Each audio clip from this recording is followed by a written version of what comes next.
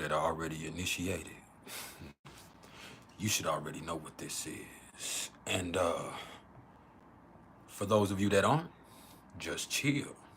See, we're gonna get down to the other stuff here in a second. But what I'm always trying to get everybody to understand is everything is vibration. So, before we do anything else,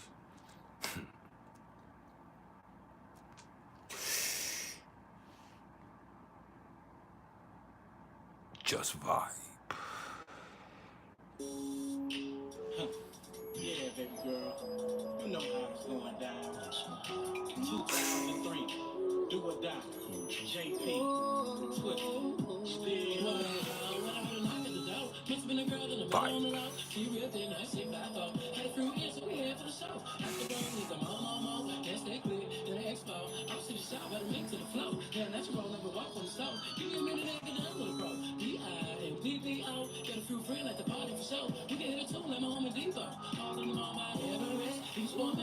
SEX.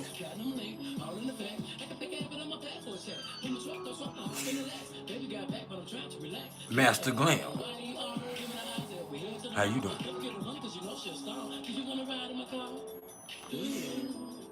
Do you? Gabby. Do I look all right?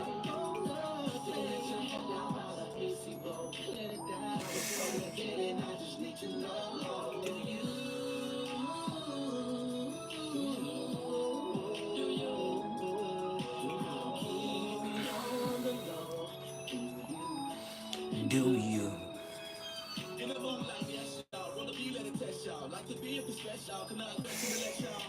Make sure y'all hit the like button as you come in the door.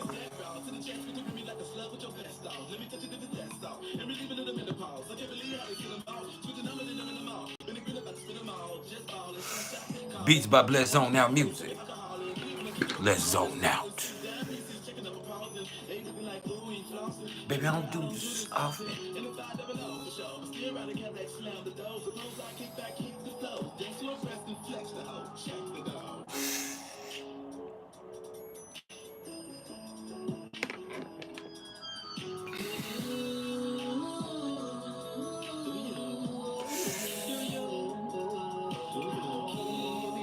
Do you?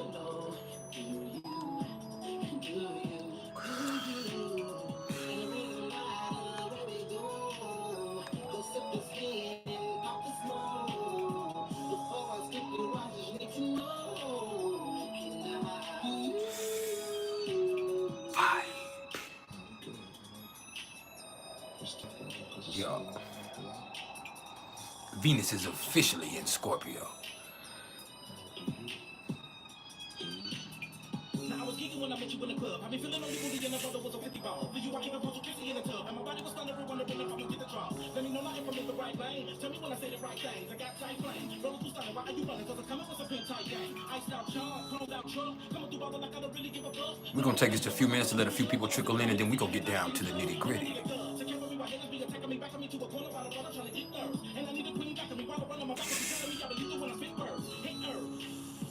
Hold it in, and blow it out. Do you like the way I flow it out? Don't nobody funny, you're petty with the money when I throw it out. Do you like how I talk? Do you like the way I ride? Do you like the way I pimp street? You pay me down east. Still up to the breaker to the slash POPIMP.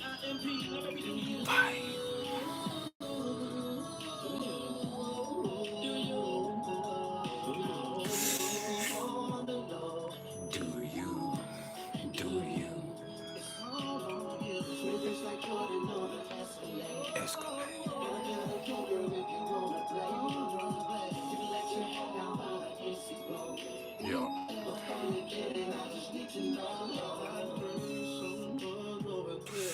Ride with me, with me. That's the vibe. Welcome to the motherfucking Venus in Scorpio vibe. With me.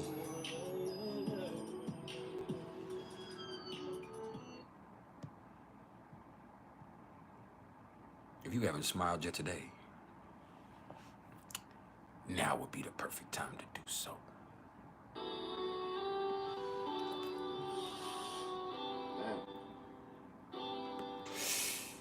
And if you can't find a smile for yourself, please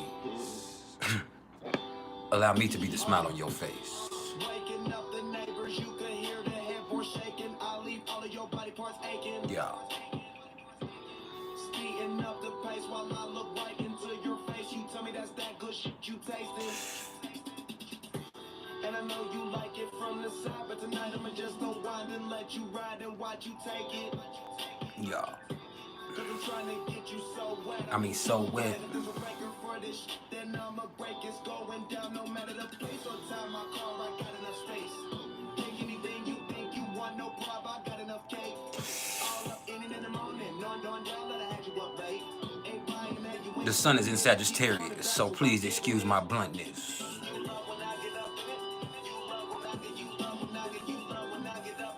See, open up your ear and let me crawl into your mind.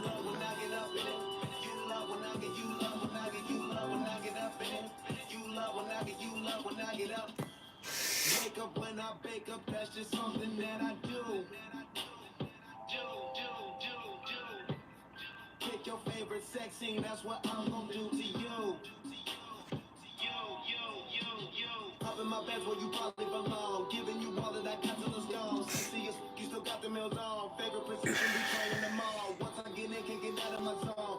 You so good, you won't pick up your phone. And when your girlfriends or whoever do call you with me, so you tell them you gone. I need just a few more of y'all to hit that like button. You poke it out, your face down, so I hold it up. You don't give a shit that my money's so big, I can't fold it up. Plus, I ain't time till you finish. This ain't a race, but I'm winning. Hey, You love when I get up in it. you love when I get you. You love when I get up in it. You love when I get up in it. You love when I get Brother Nielsen, how you doing? you love when I get up in it. You love when I get up in it. You love when I get up in it. You love when I get up in it. You love when I get up in it. You love when I get up in it. You love when I get up. You don't even gotta name a place where We can. those we already go. Yeah.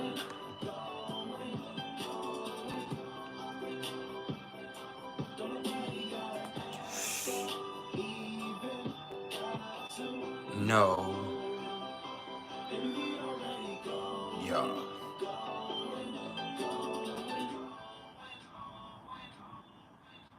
You love when I get up in it. You love when I get, you love when I get, you love when I get up in it. You love when I get, you love when I get, you love when I get up in it. We finna talk about it. Just let the vibe hit you first. When I get up in it. You love when I get, you love when I get, you love when I get up in it. This Venus in Scorpio. The vibe is the most important part.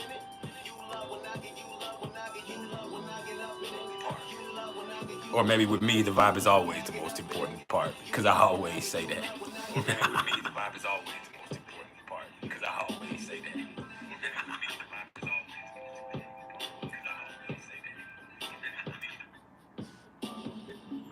Yeah. One more, and then we gonna talk about these transits and elaborate on these aspects that might be affecting you. But first, feel this.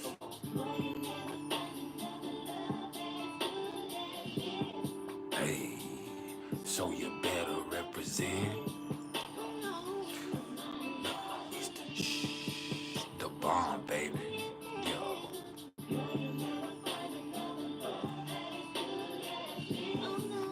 This the vibe.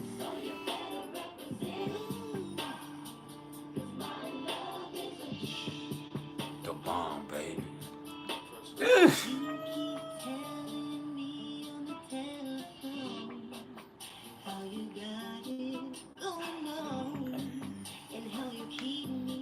I feel like somebody needs to smile right now. I mean, right motherfucking now.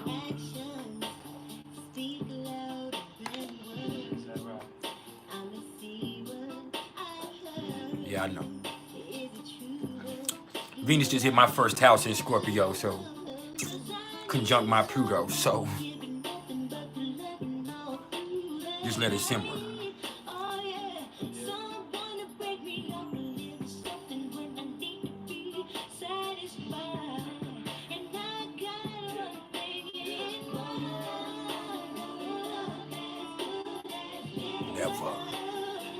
So you better represent, cause my love is the bomb, baby.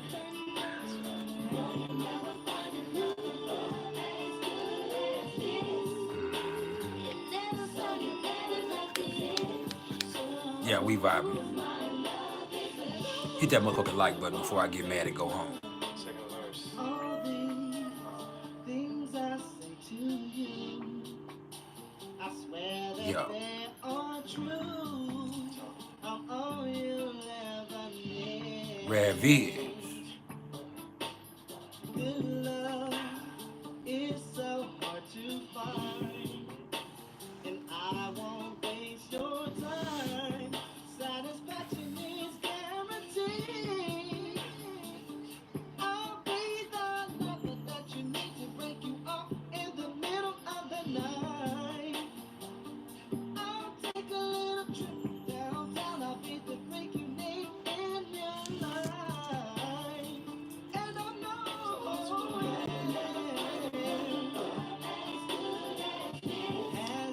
Cause what? Cause I better represent, cause my love is the bomb, baby.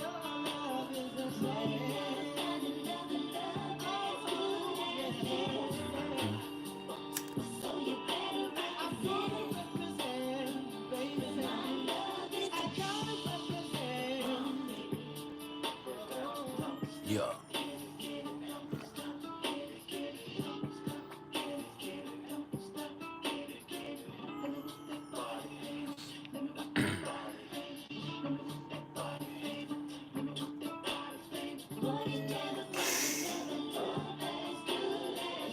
Never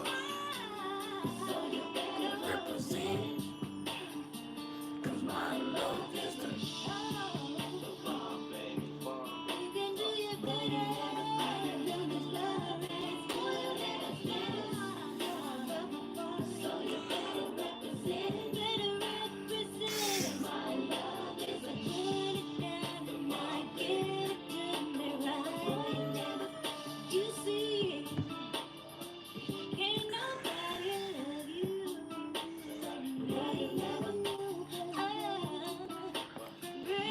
I need 2 more of y'all to hit the like button at least. I need as many likes as I have people in my chat, and then I'm gonna get it cracking. Yes, sir.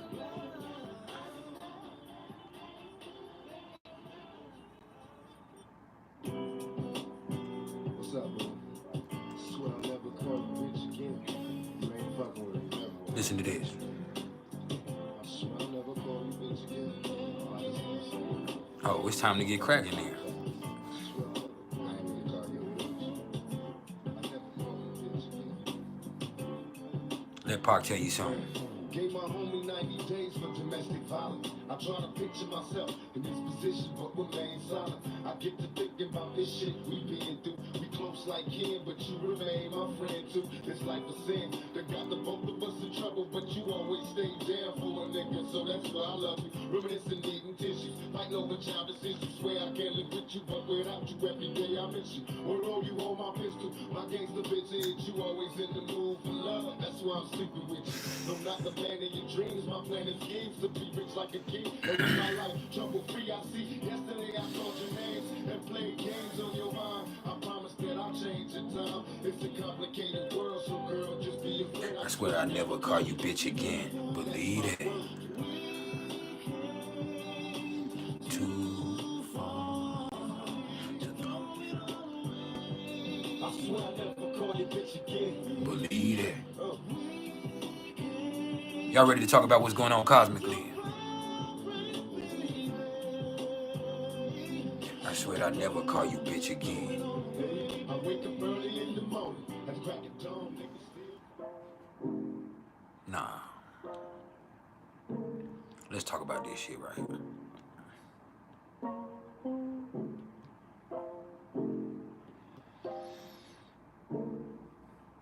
So,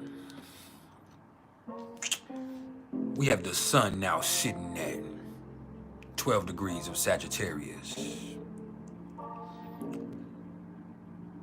So what is your truth? See, I can't tell you. That's something you have to experience for yourself.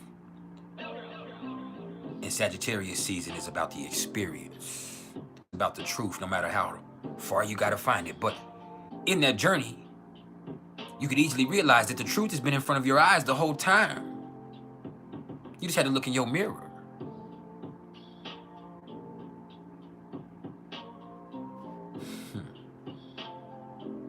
Be honest. Keep the big picture in mind. Now, the moon will help us deal with the details at the moment. But we'll talk about that in a minute. See, this Sagittarius sun is coming into a trine with Chiron. Chiron being in Aries, the sun being in Sagittarius. You could definitely see some people fucking up, making some mistakes, jumping head first, going too far, moving too fast, gambling. Another beautiful thing about that is you live and you learn. See, that's the sun trying to Chiron. It's a natural process.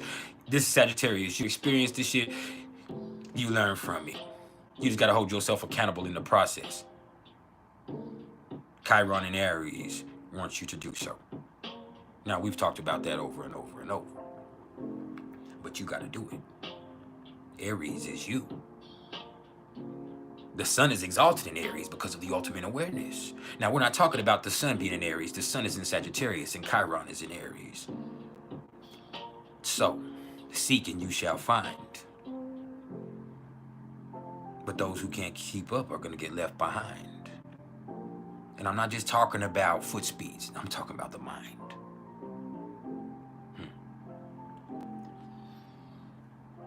Can you follow me? Yeah.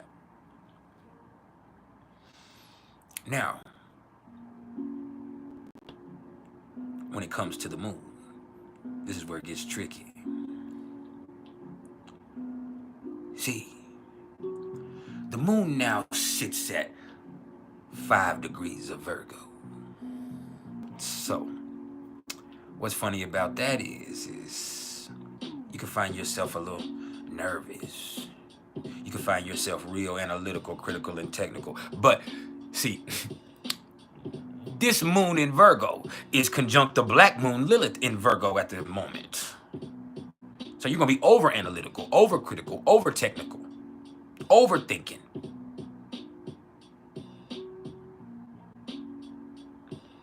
With the sun in Sagittarius and the moon in Virgo, it's going to be real hard to feel like you're wrong in any situation. It's going to be real hard to see past your own ass, both literally and figuratively.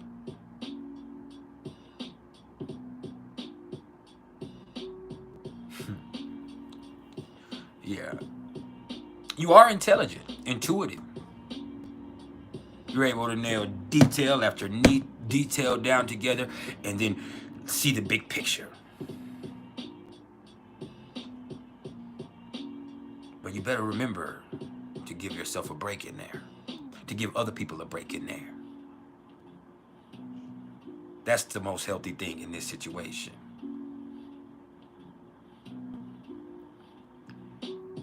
The moon is square to Mars and trine to Jupiter. So, the moon being square to Mars in Sagittarius, that just kind of means you could be doing too much. You could be miss something, or you could fuck up and then have to do it over and over again, overwork yourself. Yeah, man. Now, that causes irritation. The moon square to Mars, it causes irritation. You could also find yourself just doing more than is efficient or healthy. But the moon is also trine to Jupiter. So you just gotta chill. Deal with what you can deal with. Do it little by little. Take care of what you can take care of and let the rest be the rest. You have to. If you can chill the fuck out, you'll be all right. It's that easy to do if you allow yourself to do it. But some people can't.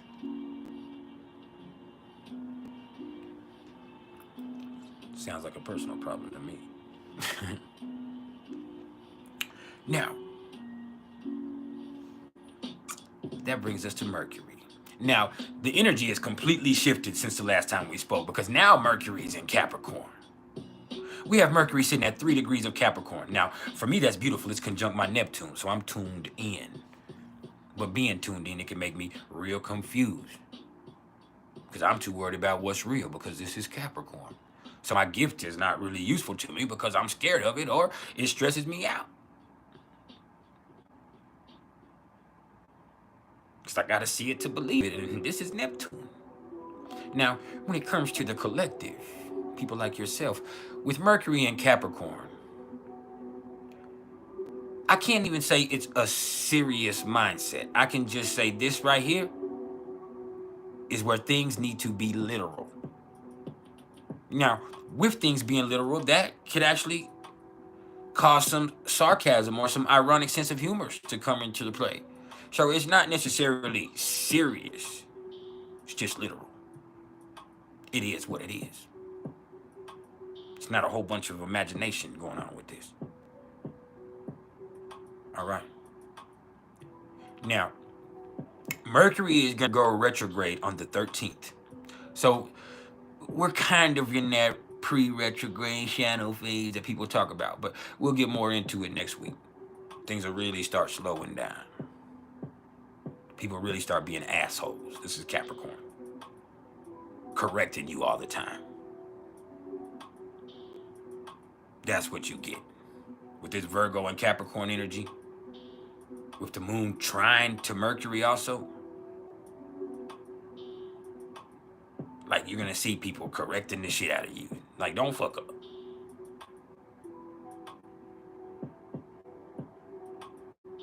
And the best way you can guard against that is to stay on top of your shit.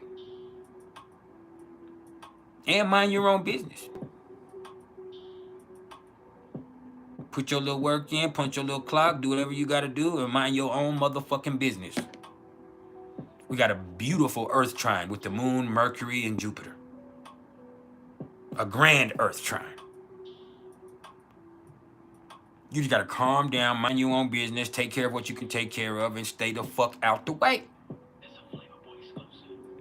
That's easier said than done for most people.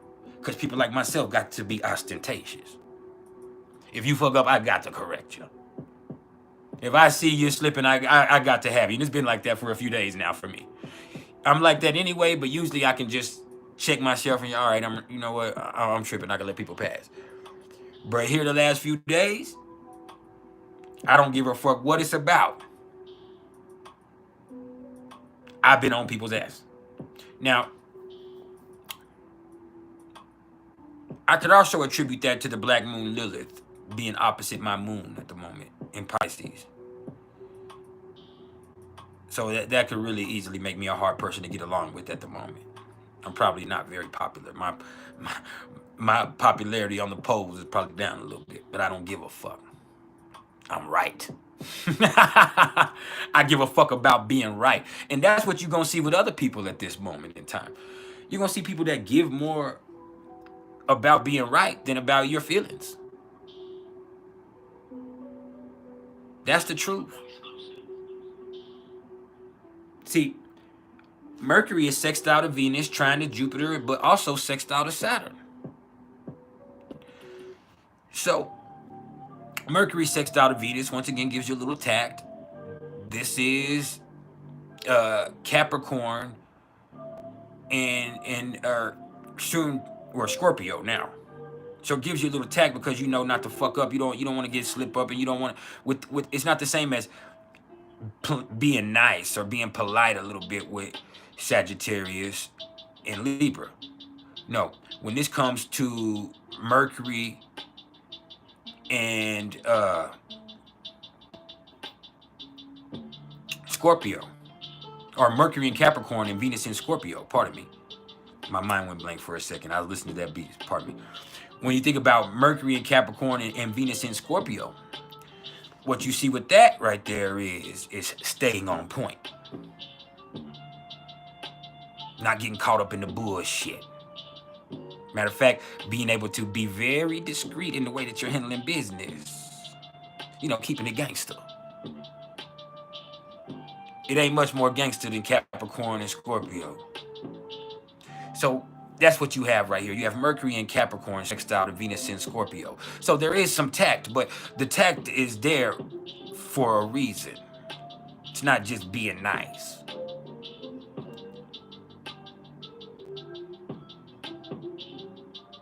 It's keeping all the bullshit out the mix. That's right.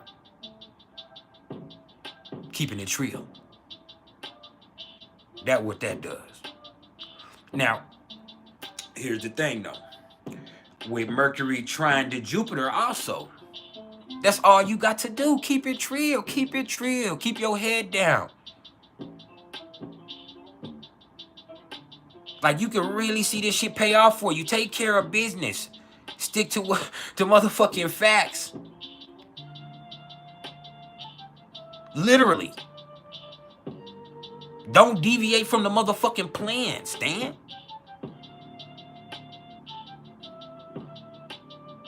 You gonna be kicking the can. No. I'm trying to be filling a bag. And you can do that. This is Capricorn and Taurus here. You could be kicking the can or filling the bag.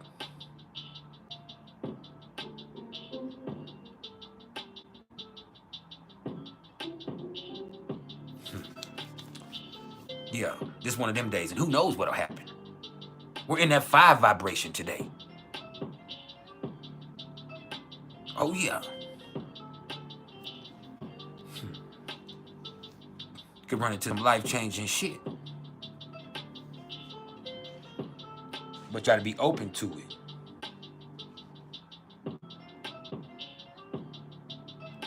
Yeah. You gotta stay open to it, baby. Now, with Mercury sextile to Saturn, whatever your fears are, whatever your doubts are, use them. Incorporate them. See, my Mercury is sextile to my Saturn in real life. No, it's trine to my Saturn, excuse me. My Mercury is trine to my Saturn, pardon me. I don't know why I said sextile. My Mercury is trine to my Saturn. No, it's...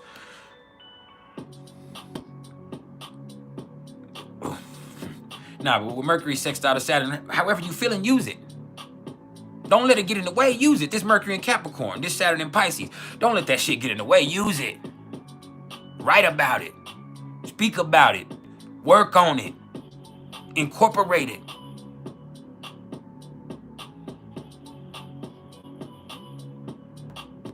Do you hear me? I need a few more of y'all to hit that motherfucking like button for me, though. And that's just a matter of respect. It's not about ego. It's about algorithm. It just helps us expand the platform. That way, if you're not trying to hear what I'm trying to say, at least we can get out to the next motherfucker who is.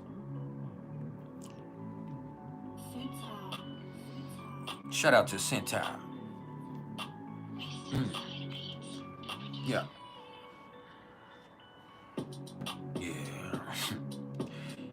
You have Mercury sextile to Venus, trine to Jupiter, and sextile to Saturn.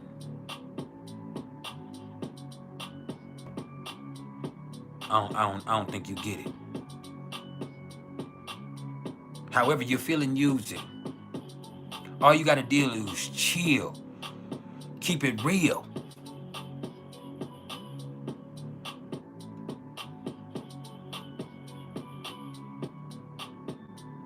Miss Pluto, I appreciate the love. I mean, that's all you got to do. And it could pay off for you in a multitude of ways. It's not always about profitability. It's also about peace and prosperity.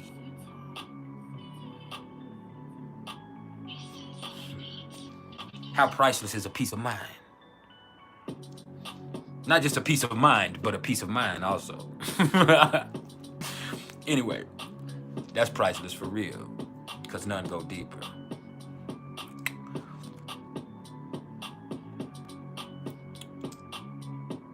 pun intended. But yeah, man.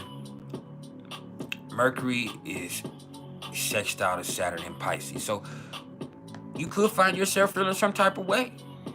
We all do have times like this. Just use it. Just use it. Don't let it depress you. Use it. Futile.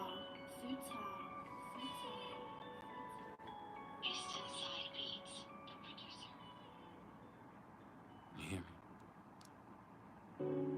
Now let's talk about Venus.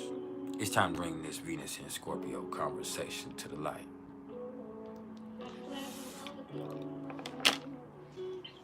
So, yeah, I know it.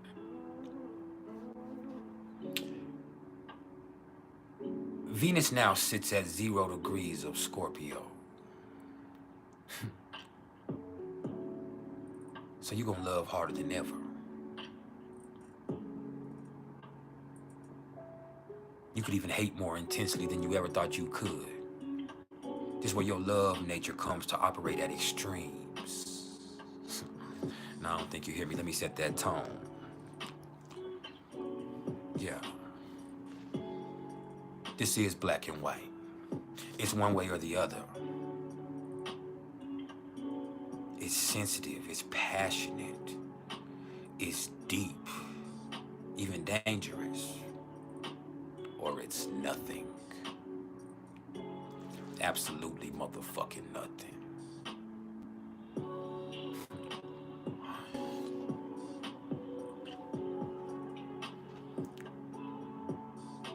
See, this is where things could get complicated. Because you feel things more intensely, but that right there creates this feeling of mistrust. You don't want to be vulnerable.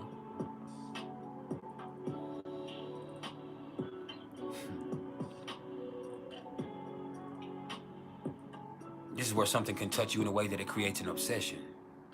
Someone could touch you in a way that it creates an obsession because ain't nobody ever did that before. But maybe you should consider the fact that you didn't let them. You didn't allow it. Now they put something on you that you have no choice but to deal with. Yeah.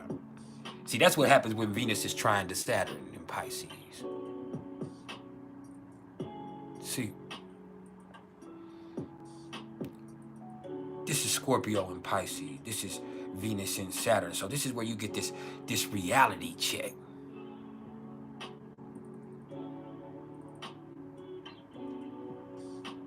This is where you realize, damn, I can't help how I feel. And I feel so much, and it feels so deep. Might even hurt a little bit.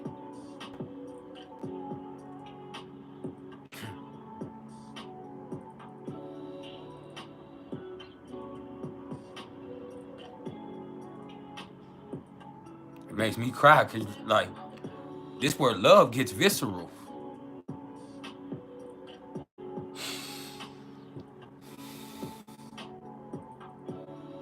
It's a danger to you.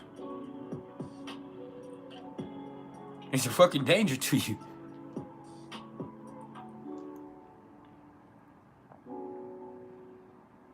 Venus is also square to Pluto. Still. This passion or this pain is something else. I don't know why that shit made me cry.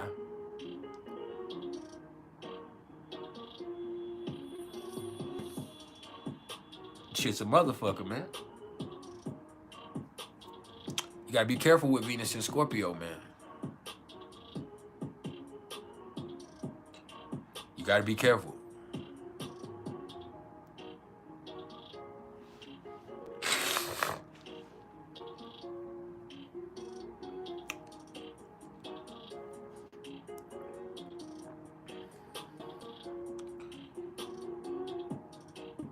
That's where shit can really fuck with you. I need a few more of y'all to hit that like button.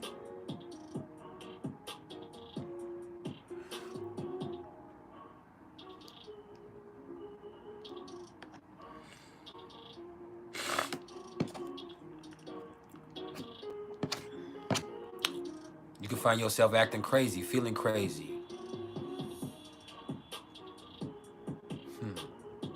You can love something so much that the last thing you want to do is look dumb.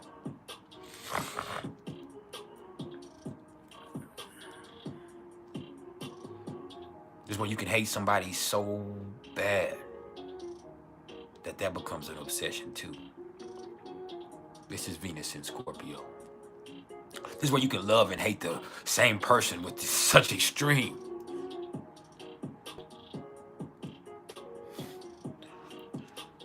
This is where you can literally love somebody so much you want to kill them. But you won't. Because you also need to feel them.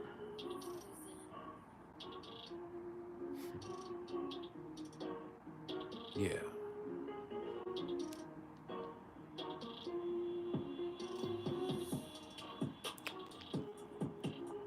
Hello, Watkins Cat House. How are you? Welcome to the motherfucking Venus in Scorpio vibe. Venus is trine to Saturn and square to Pluto. This is where emotion gets visceral. This is where you might have to say, oh shit, I feel like my love is destroying me.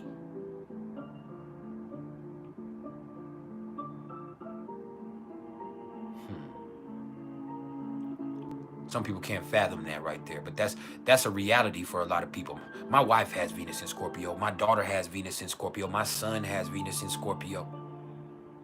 This Venus in Scorpio, as I said before, is conjunct my Pluto in my first house at this present moment. So this is an energy I deal with regularly. It's something that I understand fundamentally. Are they crazy? Hell fucking yeah. Do they love you? Hell fucking yeah. Does their own love fuck with them? Yes. So let's bring that energy to the collective.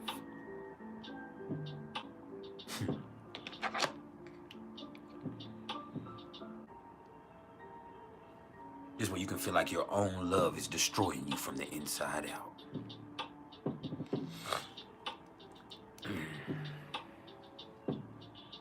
Yeah, I know you. Yeah.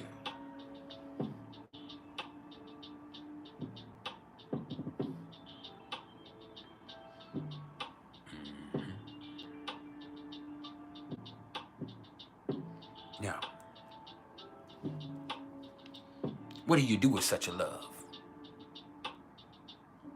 I don't know. I understand it, but I don't have it. I'm a Venus in Leo, baby. I gotta like you. Venus and Scorpio don't have to like you. They can love you so fucking much. This energy can have you loving something so fucking much, but still can't stand it. Matter of fact, you love it so much, that's why you can't stand it. The vulnerability feels ominous.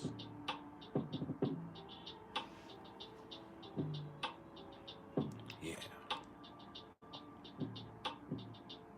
This is where passion takes prominence.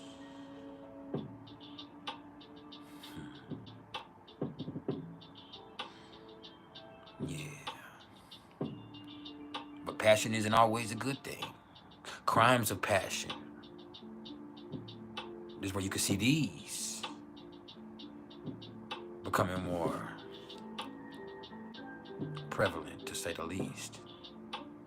You thought you was playing with me? Oh no, I don't play. That's Venus in Scorpio. Be careful. This is where emotion becomes visceral. This is where what you love could destroy you. Or the fear of that could have you destroying something you love. This is where you could, with Venus square to Pluto, cut some shit off with somebody that you really fuck with. Over the next few days, you have to be especially careful. You can see people cutting shit off with people they really fuck with because they're worried how they might do them in the future. I mean, they could really love this person and want to build something with them, but they'll completely just, because they're worried about what could happen, what they will do. And that's scary because that's not fair to either person in the equation. You can see people looking at people as symbols of other people who aren't even present in their life anymore. Shit, that shit's crazy, dog. You got to be more careful. Now, let's talk about Mars.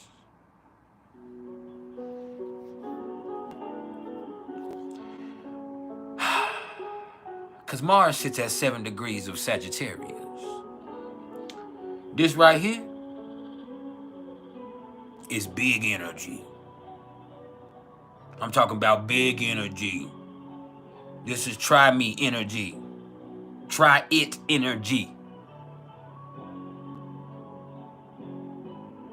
This that Nike shit, let's do it.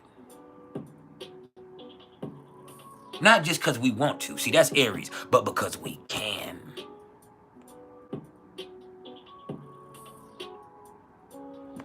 Kaya Koala Queen.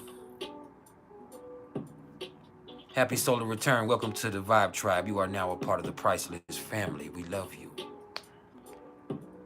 Yeah. Now, back to what I was saying. With Mars in Sagittarius, you do it because you can. It's not like Aries, as I was saying. Aries is about the want to, the impulse. I don't know what happened. This is putting action to experience.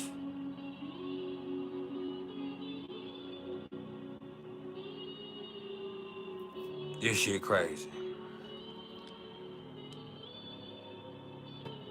So you can see yourself doing things that you don't normally do.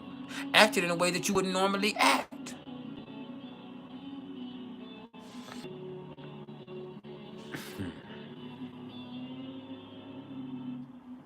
Because you feel it. Because you can.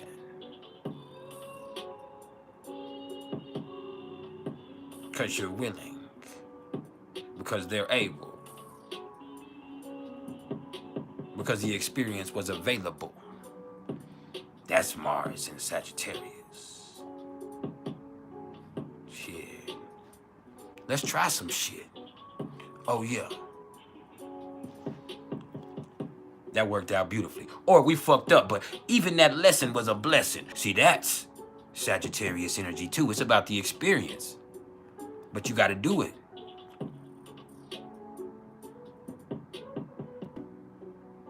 And you don't do it because you have to. You don't do it because you want to even. You do it because you can. Who knows what comes from it? And when you approach things with that mindset, nothing but positivity could be produced. Now I need a few more of y'all to hit that like button for me. And if you aren't going to hit the like button, what are you really here for? What are you really doing? You creeping? You hating? You swag sucking? As you can see, I have plenty to spare. I hope you got a long throat. Yeah. Now, that brings us to Jupiter. Now, Jupiter is retrograde for the rest of the month.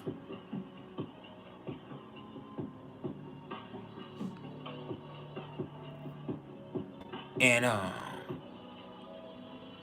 what's up, Natalie? How are you? Welcome to the Vibe Tribe. You are now a part of the PrIcElEs family. We love you. Feel free to engage. Now, back to where we were. Fine. Jupiter at 6 degrees of Taurus, retrograde. Just means that you got to be careful that you don't sit at the table too long. When you eat too much, you overindulge. Now you stuffed. Now you stuck. Now you can't move. When you expect things, you don't value them as much. Things get to going good, or things get to, being fairly productive, and people will start forgetting that the effort is also important. Now, when I said slow down, be patient, be receptive, I didn't mean stop, wait, expect. That's not what I said. I said, get on the grind, patiently accumulate what you can, and who knows what type of opportunities for prosperity could play out for you. But the beautiful thing is as long as you're grinding slowly and accumulating along the way and enjoying every step of that journey, when it's all said and done, you won. People forget that. People forget the motherfucking blessing of being grateful, of realizing you blessed. What have I been telling y'all? It's a realization, not a revelation or a revelation.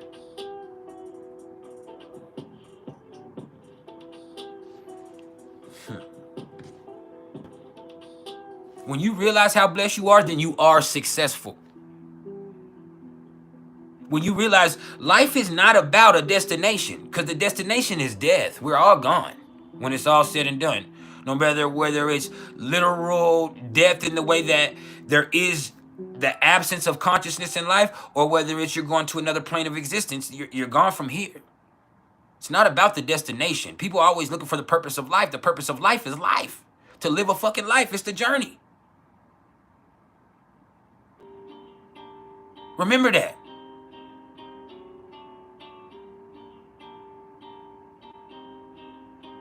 You're not supposed to become something. You're supposed to do something. You already are something. So do something with it. A lot of y'all won't ever understand that.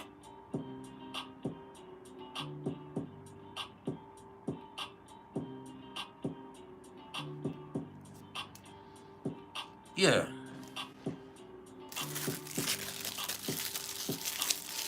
Speaking of Jupiter and Taurus, I gotta eat something while we're here, y'all. Y'all have to excuse my rudeness, but I have to make sure that my body has the nourishment it needs. So bear with me. I gotta eat. Now,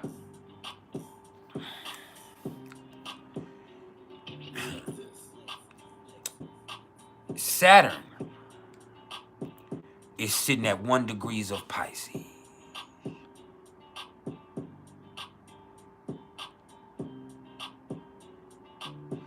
Saturn sitting at Pisces. It's just reminding you that you got to fight the feeling. It's not about life. It's not about the shit that's going on externally. You have to be able to deal with the things internally. That's what I've realized over this journey. That's what a lot of people need to realize, and what they're gonna realize.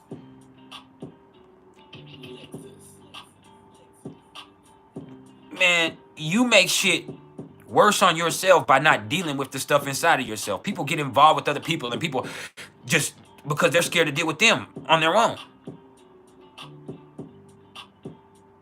People develop this deep-seated fear of isolation with Saturn and Pisces. And it prompts them to do more, get involved more, both from that fear and its origin, which is a complete lack of faith in life all the way around.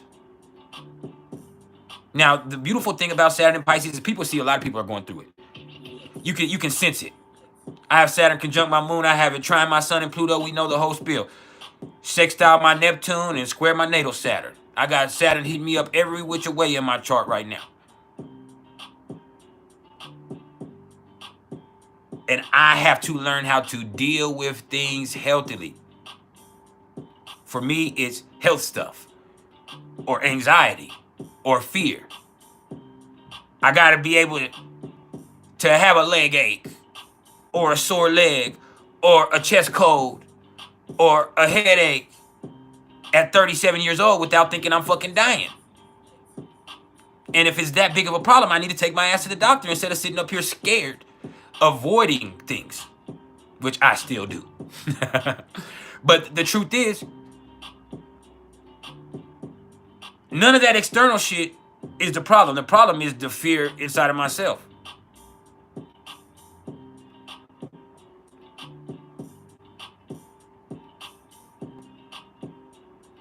Me worrying about it ain't gonna help it. And if there is something wrong, ignoring it is just gonna make it worse. You have to deal with the things inside of yourself. It's not just that. People that have it like in their fourth house, they can see themselves having some family issues or some stuff with their emotions.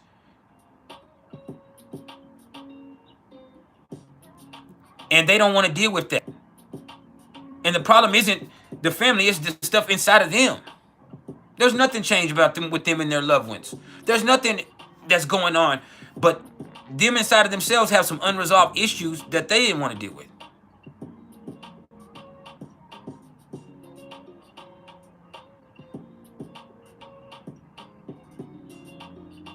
For me, it's unresolved issues of being terminally ill. Saturn is in Pisces, conjunct my moon. My mama is a Pisces. My mama died when she was 37 years old from a chronic illness. I'm 37 years old, going through this Saturn conjunct my moon. And it's like all of that stuff, all that unresolved shit that I'm worried about or I'm scared of really boils down to me not dealing with things. And that is what it's fundamentally about. When you're dealing with this Saturn and Pisces stuff, I want y'all to always remember this is still Pisces. What you're worried about might not even be real. How you're feeling might not even be worth tripping about. But you have to deal with it to know. It's about the emotion. It's Pisces. It's not about the shit that's going on externally. You need to remember that. With Saturn and Pisces, what's going on externally is just a part of fucking life. It happens to everybody. It's just a part of everything. Stop trying to relate everything back to you and deal with you. Everything is not a fucking sign. Like, you confuse yourself with that shit. Looking for keys externally when you just need to figure out what's going on with you inside. And you'll know. The answers are there.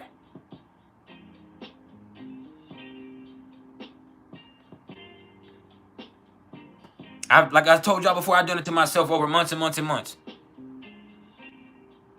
Digestive issues that still ain't killed me yet. It ain't got worse.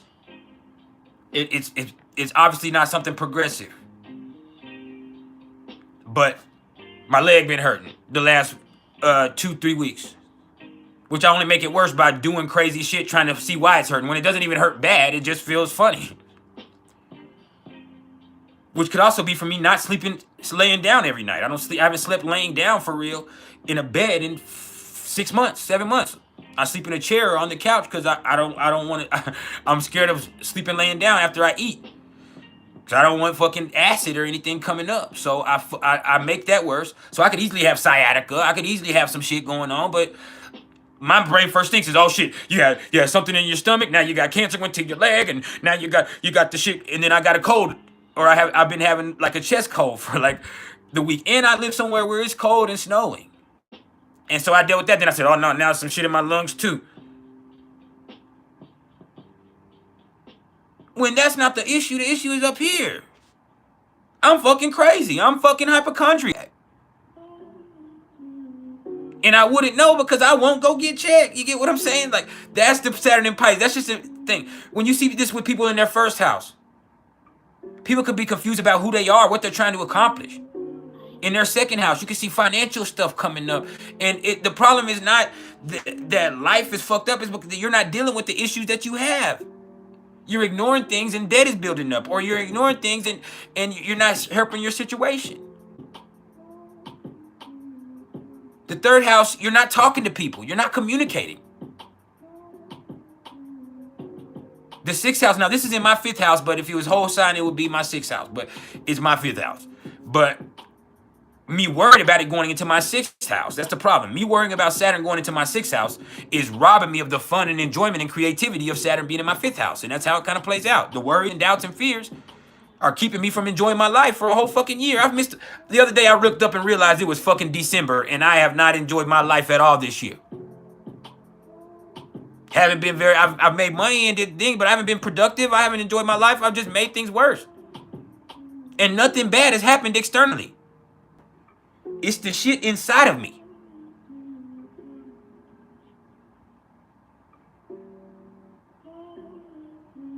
My mental health and my spiritual well-being have suffered. And that's the problem. But a lot of people aren't willing to face that with themselves. Now all of this stuff could create real health issues as Saturn goes into my sixth house later on this year. And I keep finding things to trip about. And it's easy for you to do the same thing. I was talking to my daughter the other day, and I'm looking at her chart while I'm talking to her just for fun, and I'm going through her placements, and I realized that she has Uranus in the 8th house in Pisces, conjunct my moon. So the first thing, and then Saturn's about to come conjunct to that, both of us in a year. I'm like, damn, that looks like I'm going to die. That's the first thing I thought. And a lot of astrologers might say that. But I looked at it right off the rip and said, damn, my daughter has Uranus and Pisces in the 8th house. I got Saturn conjunct, and that's like, damn, that looks like one of us finna get fucked up. When it doesn't have to mean that. You could look at anything and literally it could mean that. But that's the first thing I did. Like, damn, maybe I am right. Maybe I am fucked up. Maybe this. And then that created a whole obsession. When there's nothing I can change with that. All I did was rob myself of enjoying my life that day by worrying about some shit I can't control. When you have it in your 7th house, you can see people's relationships really suffering because they don't want to look at people for who they really are. They don't want to accept the situation for what it is. That complicates things.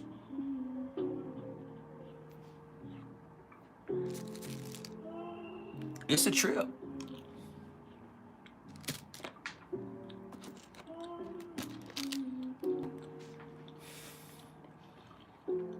In the 8th house, there's that unresolved trauma, all that stuff inside of you, eating at you, being a danger to you, fucking you up, making you a danger to yourself. That's where those old feelings of victimization come back up. And it's like an addiction.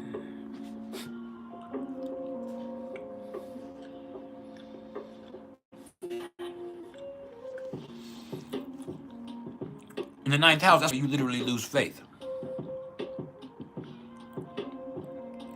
It's where you can't find no positivity.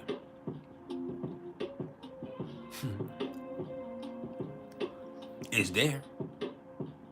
But that's inside of you. People looking for some type of awakening. People looking for something to blow their motherfucking mind. No.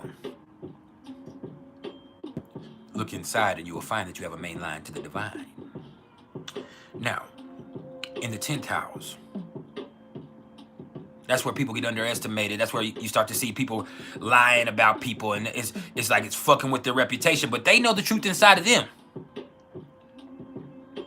And all they have to do is realize that, and then they get to show it, and then everybody's surprised and everybody's wrong.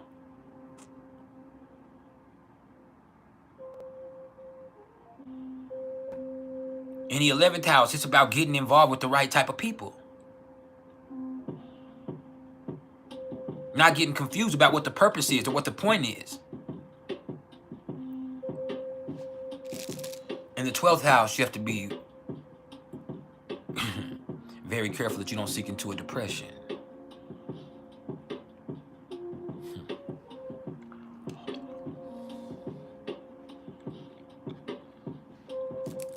You feel that? Yeah, I know.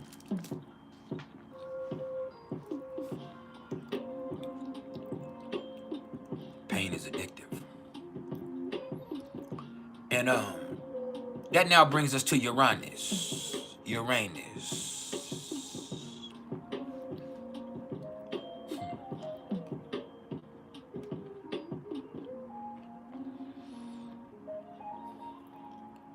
See,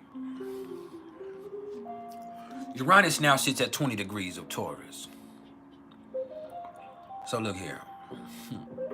You can't be worried about what's going on with everybody else, or you can't be stuck in the way that everybody else is doing things. No, you got to find your own lane. And that might not be comfortable for a lot of people. But for some people, it's just what the doctor ordered.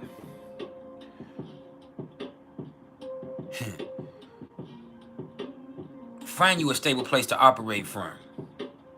You might be surprised that you come into a unique way to prosper.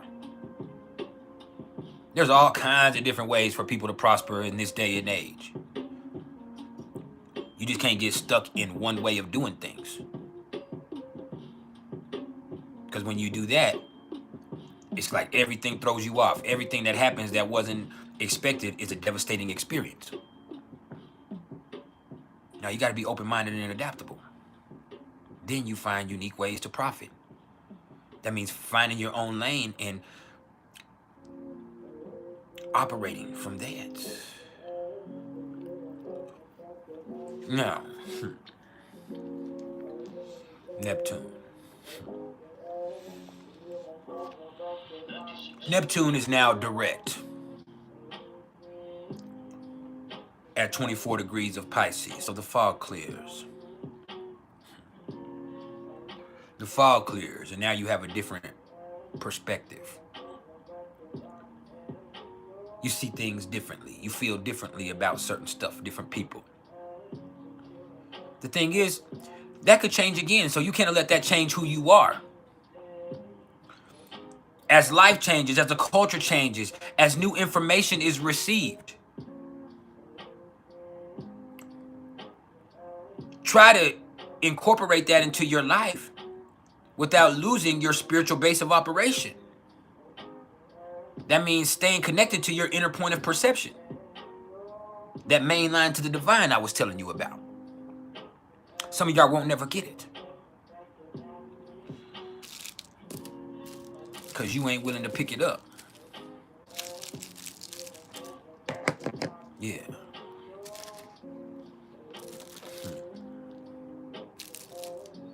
It's a trip.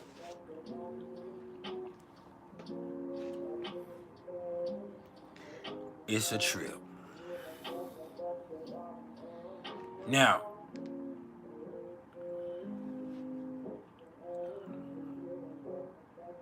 we don't give a fuck about the darkness. Pluto sits at 28 degrees of Capricorn. So as we progress through this 28th degree and into the 29th degree of this Capricorn energy, people's frustration is going to start to build, whether it's with their own personal situation, whether it's with the government, whether it's with the college football playoff committee because they didn't let Florida State in, whether it's with the boxing commission because the judge ruled the Ryan Garcia, that he was counting too fast on Ryan Garcia dude, and the dude stood up and he ended the fight even though the dude was knocked the fuck out. Whether it's them letting the Charlo brothers keep their belts too long when they're being inactive in the ring. Whether it's Joe Biden and people are tired of fucking Joe Biden's old ass. Whether it's people have a fear growing that the people are going to elect Donald Trump again. Whether it's the war in the Middle East. Whether it's their fucked up, stupid ass relationship that they put themselves in. Whether it's their stupid ass job. Whether it's their mundane, frustrating, stressful ass routine. Just this feeling of frustration, discontent that starts growing. But you can let that eat at you, fuck you up, or you can allow that to be your reason for making changes. That's what you can do. Allow that to be your reason for making changes.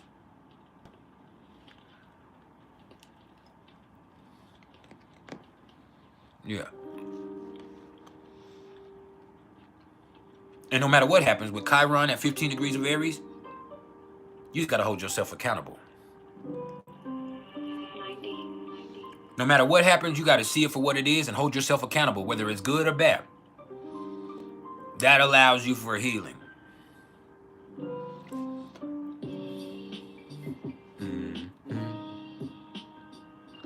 Yeah.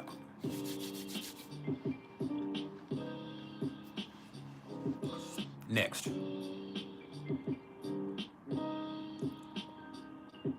Stay seeking truth. You said, how do you stay safe going through your Saturn return in the 8th house in Pisces? When you think about staying safe, bro, I don't want you to... First of all, Saturn in the 8th house is not usually going to kill you. Saturn is going to prolong life. Saturn can kill you.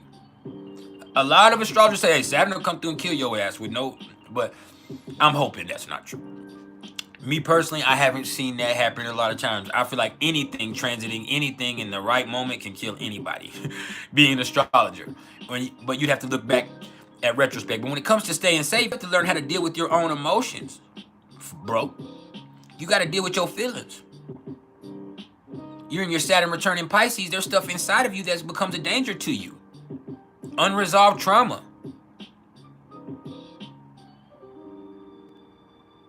And you can find yourself going deeper and deeper inside of yourself. And the deeper and deeper you go, the more fucked up shit that you find. But you just moving past it, going deeper and deeper. You're not dealing with it as you go along. So you can't surface. You can end up drowning in the abyss of your own emotions, the abyss of your own fears. That's the danger. Losing your motherfucking mind.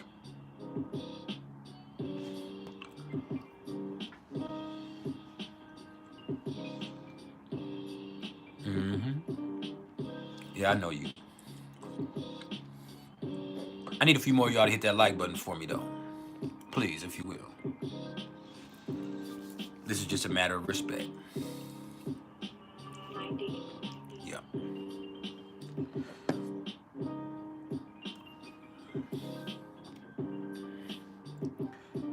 All right.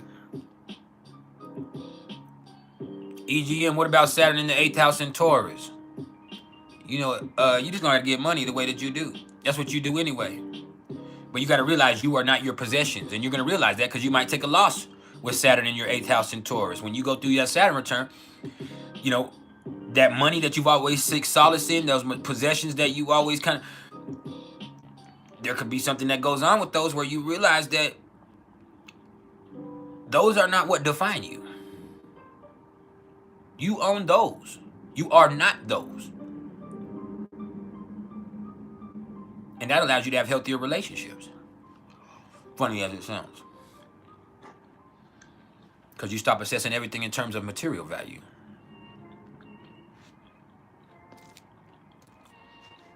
But that means dealing with the insecurity of you not having money inside of yourself with that 8th house.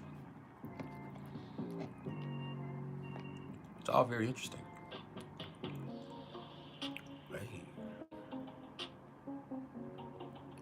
That's a vibe right there.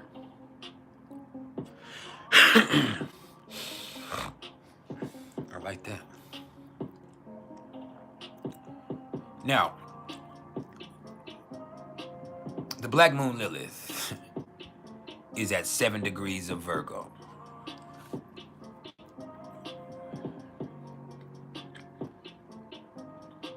You're thinking too much. You're worrying too much about other people. You're going too hard. You're missing the fucking point. You overanalyzing.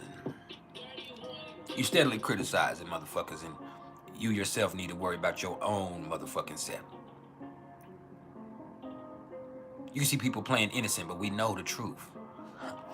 Why you even playing with us like that?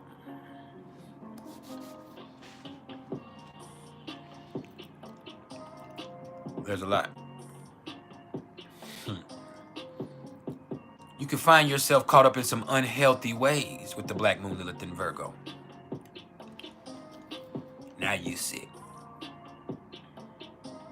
But whose fault is that?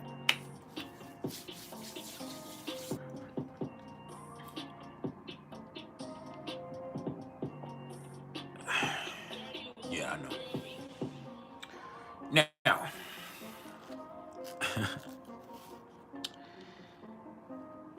that does bring us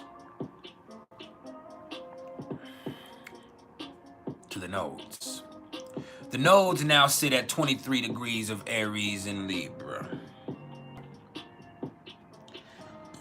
So you got to live your life. You got to deal with your shit. Nobody else ain't gonna do it for you. You can look and be as codependent as you want to be. You can think and think and think and think. Still ain't gonna help you. You're gonna be forced into taking action. You're gonna have to do something. You can't just speak your truth. You got to experience it. You got to do your thing. You got to realize, hey man, sometimes I just got to do me. And sometimes that's the best thing for your relationship, is for you to do you. You hear me? Honesty. You got to be honest in who you are and what you're trying to accomplish. That'll always be a good thing, no matter how other people accept it. That's the North Node in Aries. Your truth has to be what comes out of you, and you just can't speak it, you got to be it. Realize it and be it. And that will always be a good thing, regardless of how it affects other people. They got to be their truth.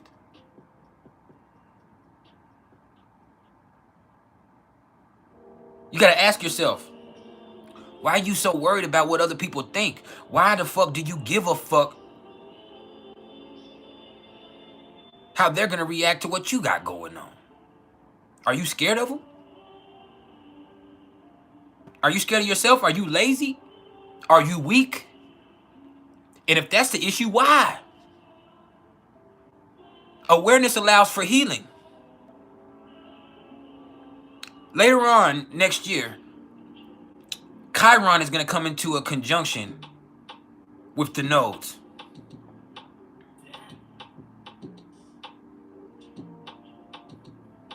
And I don't want that to be a painful realization for a lot of us.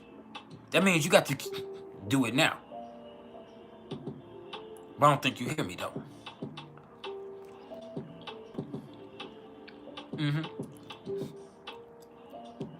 I know.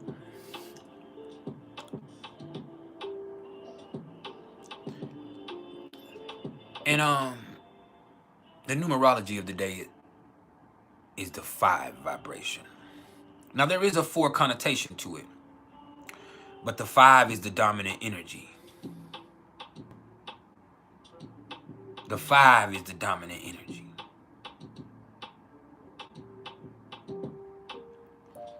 So this 5 means expect the unexpected.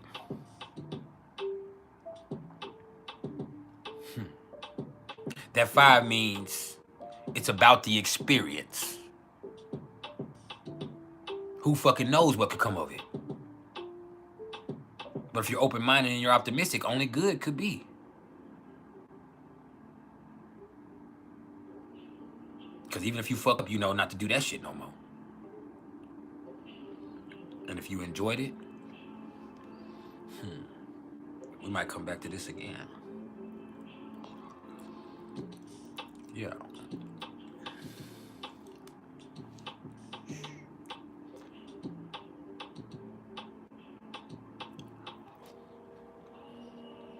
That's what's up, Catherine Nicole.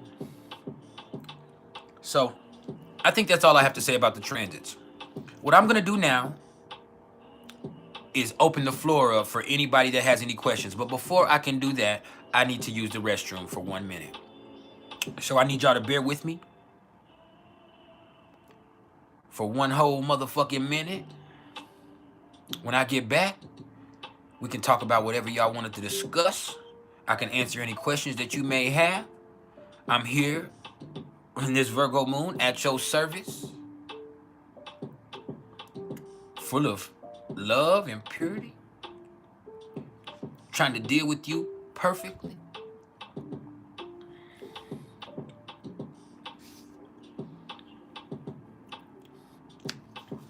Catherine Nicole, you said your problem right now, your enemies are closest and you're so discouraged right now. You even had a car accident because of this rhythm. You got to get yourself into another vibration then.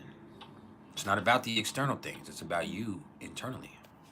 You got to get out of here. Stop thinking so much. Stop being so nervous. That nervousness of that Lilith and Virgo and all this stuff going on with that, that could have you fucking up. But as I said a minute ago, I need 1 minute and I'll be right back.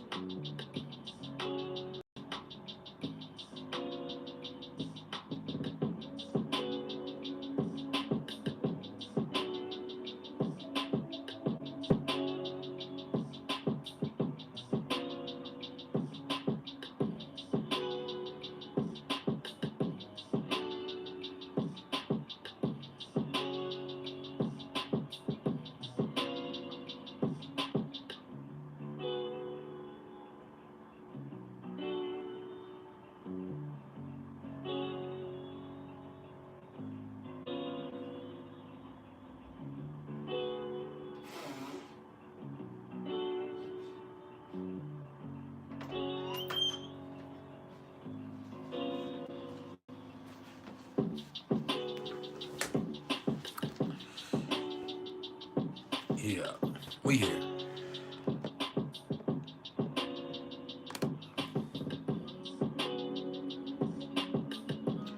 I don't know the exact date of that conjunction. I'm not willing to go look for it right now. That's just real.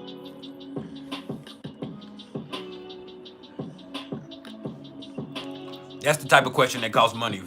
When I go to looking up specific dates and shit,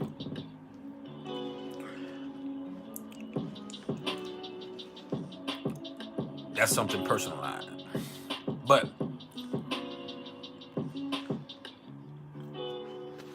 sometime next year.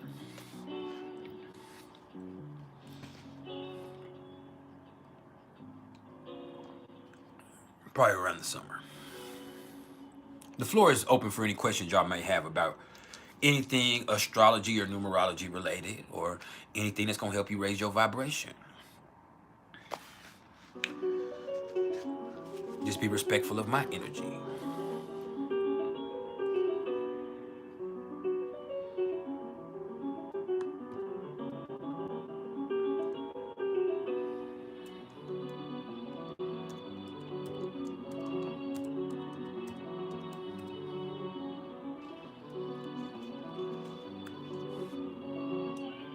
Or we can just sit here and look at each other. We can do that too.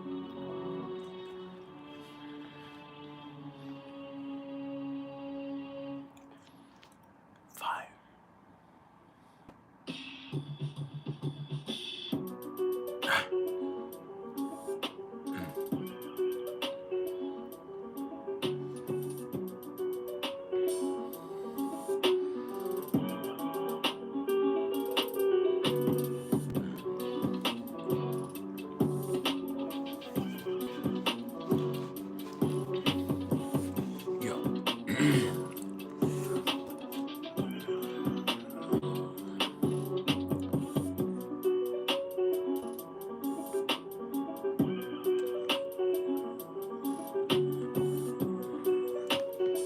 That's that Phantom of the Opera type shit.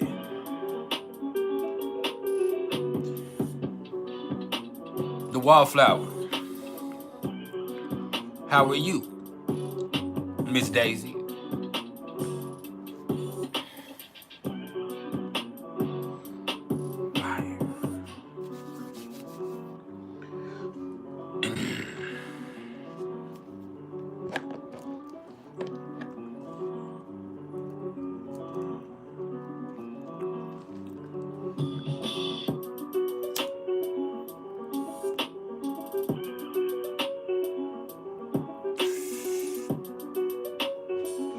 Yeah.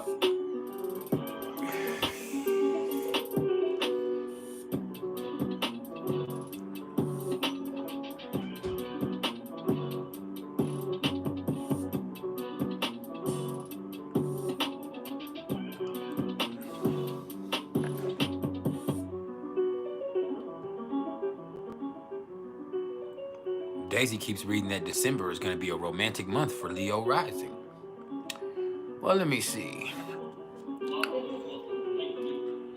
Leo rising, 7th house, Aquarius, for the most part. Some people have other things there, but it's going to be ruled by Aquarius. The Sagittarius season. I don't know about that. I don't know who's... I mean, it's possible. Any month could be romantic if you make it so. But I don't know about the planets necessarily favoring that.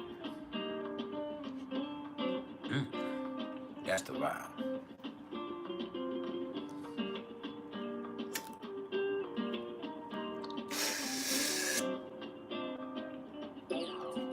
Vibe.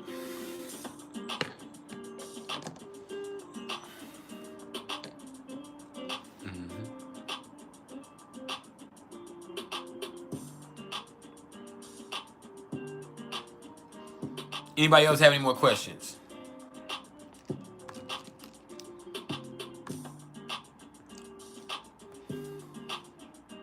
Catherine Nicole said she's been adaptable all of her life with family. You're just not feeling this energy. You just want to do you. They want to shame and guilt you. And hey, you got to do what you got to do for you.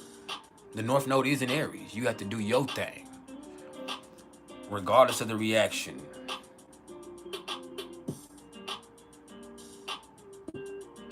Beach, you said, what do I think is more accurate, Western astrology or Chinese? Some people in Western astrology, some people say Western is a joke compared to Chinese.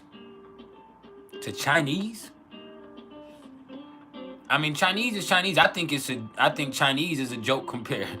Chinese is, I mean, there's so much more to it than just, but you have an animal and an element.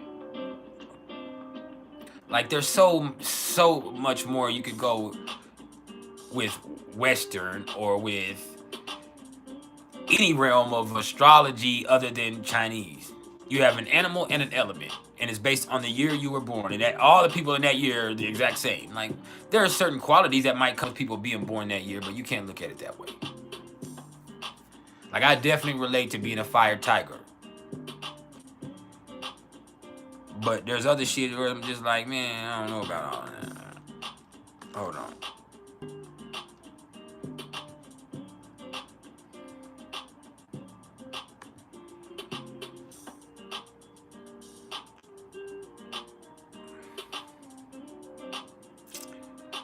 Star.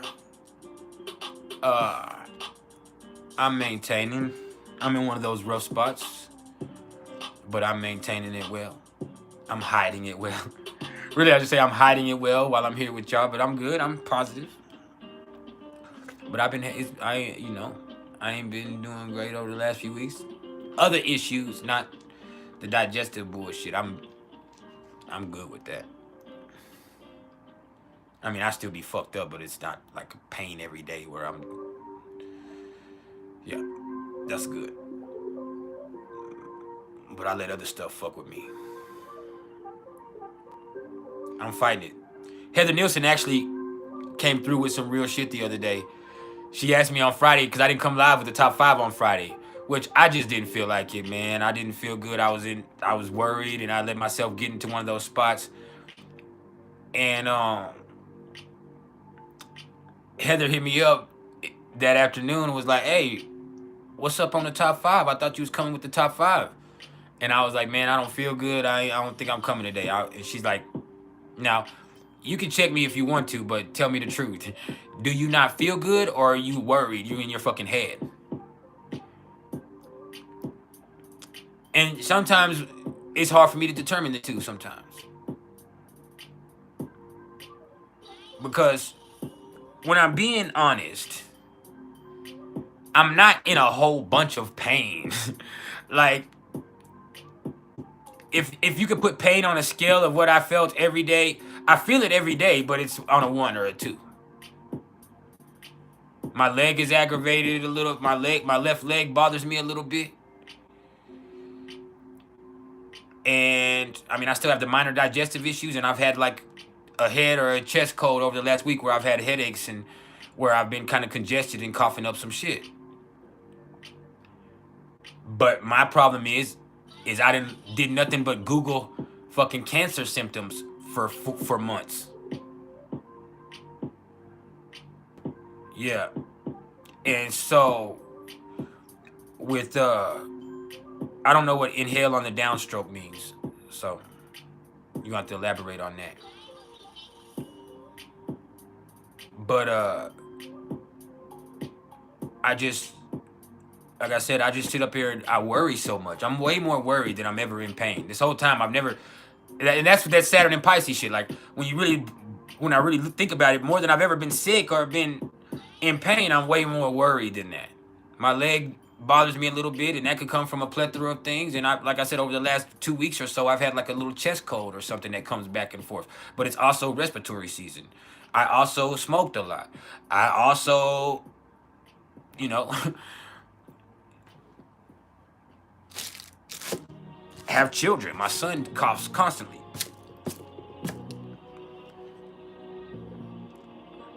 It is what it is. But I let everything make me think I'm dying. When the truth of the matter is, even that is completely unavoidable. Like, all I'm doing is wasting time, wasting energy.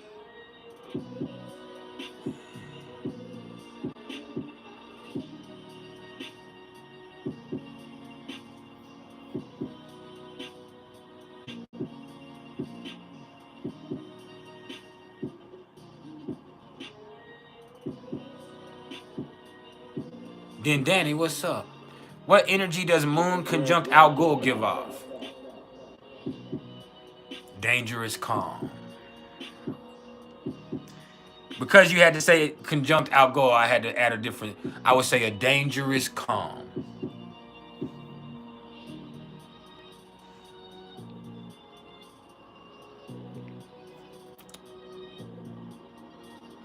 You know, the most dangerous people aren't hotheads. It's those people that can calmly and efficiently keep their cool, don't lose their head, and handle their business. Now, I could also say Moon conjunct Algol could make somebody crazy. On the other end of that, somebody with their Moon conjunct Algol could be emotionally unstable, even if it's in Taurus. It's Algol. Somebody could seem very stable, but really be very, very disturbed. They could be stuck in a particular mindset, stuck in one way of doing things, so stuck that they're crazy, so stuck that they can't see anything else, so stuck that it's a danger to them. It's a danger to people that know them. It's a danger to the people that deal with them. It could go a whole bunch of different ways, but it's a dangerous calm nonetheless. When the Moon is conjunct Algol at 25 to 26 degrees of Taurus. Watkins Cat House, you said you found. You said you asked the questions out of insecurity, not really trusting yourself. Your kids' questions, are you a good enough mother? Why are you like that? Other charts, or will it safe to look? You can't keep chasing the fear when you know you're good enough. Good enough mother, good enough person. I'll always watch the transits as this really is. Well, here's the thing with this. with that, I understand what you're saying. I know you're not answering the question, but I'll say this. Watch, it's my job to watch the transits and pay attention to them. But that in its own way is an unhealthy obsession sometimes for me. Some days I was like, man, I wish I could forget about astrology for two, beside or the transits, not just about astrology and my gift, because that's my business. But I wish I could forget, just not look at the transits and forget about where everything is for a few months. I think that would really help me calm the fuck down, but I can't because it's my fucking job. Like, I really wish for 2 or 3 months I could just not know where the transits are. I feel like that right there would help me calm the fuck down. But I'm so aware of every fucking transits and of everything that's going on constantly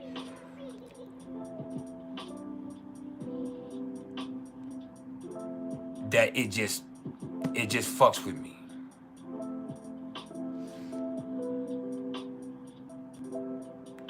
It just,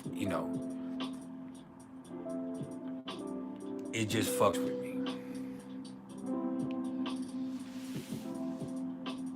But it is what it is, baby.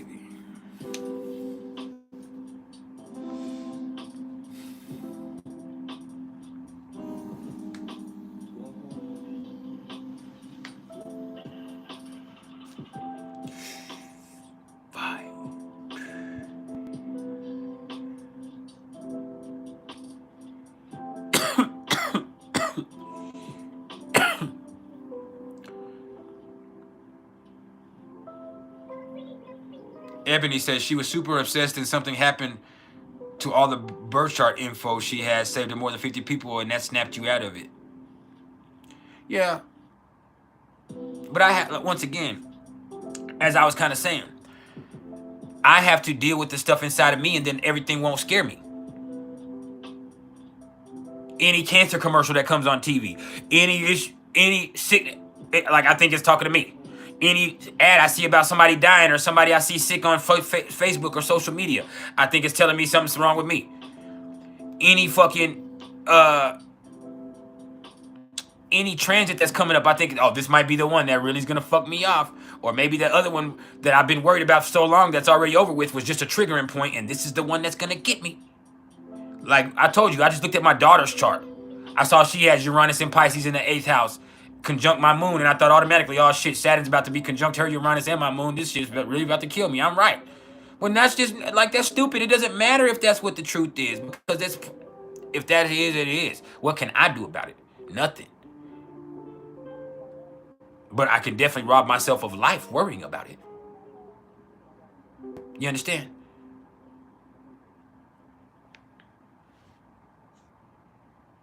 It's like, I have to learn how to look at the transits that are going on without thinking everything is something to do with me.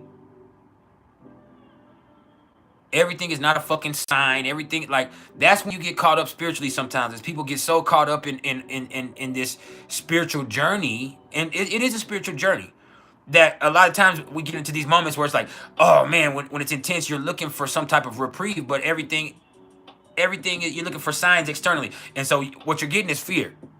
When you just need to listen inside, and what it told me inside several times, anytime I've asked, you're not sick.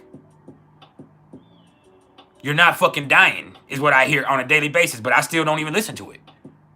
It's the first thing I hear when I ask myself inside, hey, bro, when you ask yourself, hey, am I okay? Like, yes, motherfucker. Like, it'll even cuss me out sometimes.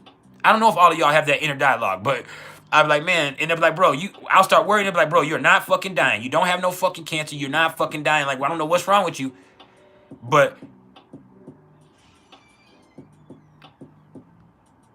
like, you sitting up worrying about that all day is robbing you of life. Every day I get to the end of the day and I'll be like, damn, what'd I do today? Worry. I worked, but I worried. I didn't enjoy it. What'd I do today? Worry. Did I die? No. Do I feel worse? No.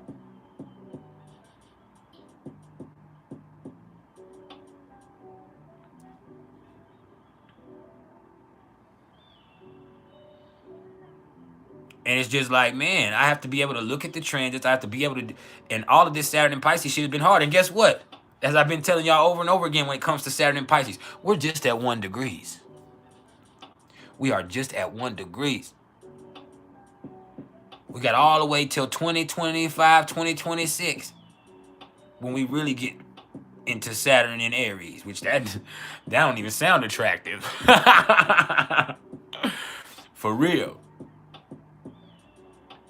That don't even sound attractive in its own right.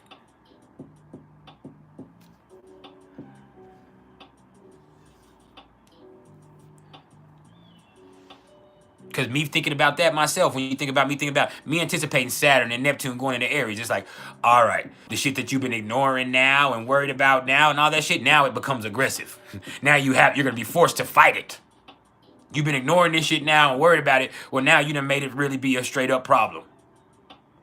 And so now I forecast this shit that ain't like that doesn't mean anything. It can mean I can be moved past that. It can mean all kinds of stuff. I mean, I'm active now, and my life is picked up, and that helps me be a lot more healthy because I'm being more active. It can mean a lot of stuff, but what am I going to, because my Vesta's there. But what am I going to do about it if all I can do is sit up here and stress about it? So it's stupid. Now, I know this, but I'm still dealing with it. It's like I look for everything to give me a sign that I'm all right, when I just need to be all right. I have a little Vedic horoscope that sends me an email every day with my Vedic horoscope every day. And it gives you a rating, 0 out of 7 on a health scale, right? Or is it 0 out of 10? Let me look. Hold on. I might be wrong. Let me make sure it's not 10. I believe it's 7, but hold on. Yeah, it gives you a 0 out of 7 scale for profession, finance, relationship, family, health, luck every day. And so, even though I'm an astrologer myself, I wait for that shit every day to tell me what my health, out of that rating, what my health rating is going to be. And that'll help me determine how good I'm feeling. Like, that's stupid. When I just need to be okay. I ask my lady constantly, at least 10 times a day, hey, babe, you think I'm going to be all right? And she'll say, yes, Roger, leave me alone. And it's not because she don't care, but she's tired of it. I ask her 10, 15 times every single day, hey, babe, my leg hurts a little bit. I'm coughing a little bit. I think I coughed up a little blood. You think I'm going to be all right? And she's like, you're coughing up blood because you're steadily making yourself cough. You're not even coughing. You don't have a cough. She said, I slept next to you the whole, like, you didn't cough once when you were asleep. So I know you don't have a cough. She was like, you are making yourself do that shit. Like, she's like, you got some shit going on inside of you that you got to deal with because you fucking yourself up. And it's the truth. I'm like, damn, why is my chest hurt? Maybe it's because you're steadily going like that, trying to see what comes out of your throat when you're not coughing nothing up. Like, I'll do that shit. I'll sit there and make myself cough, trying to see what I'm coughing up when I'm not even congested. And if it is, it's brown shit, it's because you smoke bud, dumbass. Like, I'll go to tripping for real.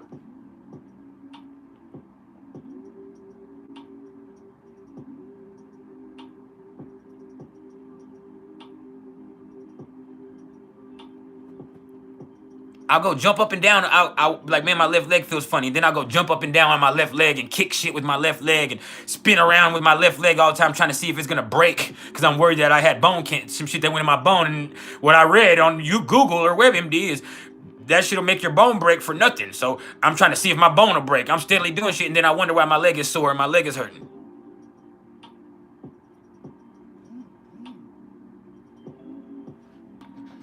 Like, it's just craziness.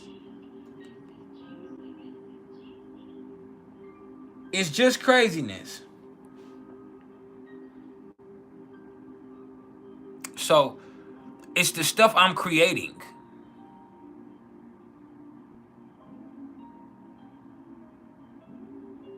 It's the stuff I'm creating. Like, I would literally sit up here and be like, man, like, I'll drop down and do 600-700 push-ups and push myself till I can't go, jumping up off the down, clapping and shit, trying to see. And then the next day I'll be like, damn, my ribs hurt. Oh shit, I got some shit that spread to my bones. Oh shit. You get like, I be tripping. I will sit there and drop down, do 700-800 push-ups in an hour on when I don't, and push myself, trying to make myself sweat.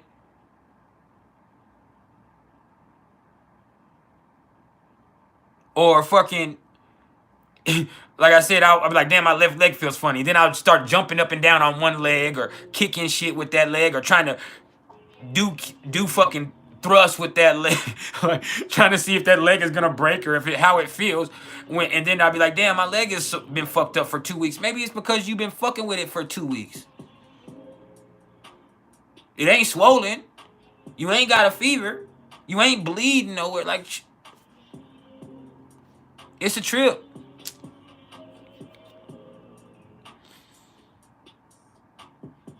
It's a trip. Ebony said, what energy will Saturn and Neptune bring to your natal first house Aries moon when it reaches? Who knows? Aggression,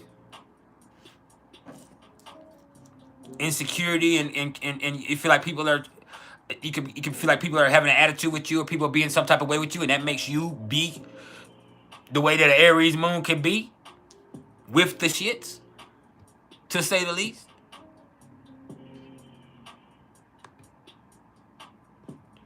With the motherfucking shit.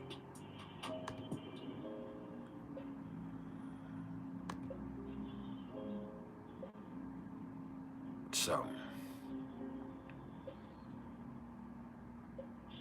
what's up, Venetian Fairy?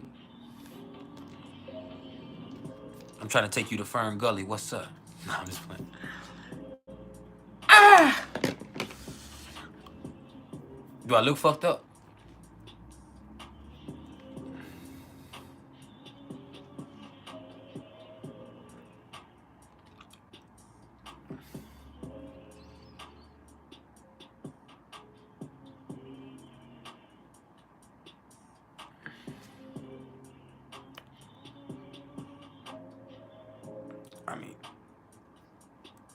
Yeah, but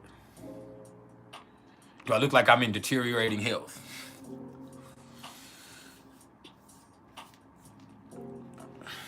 Do I still got my glow?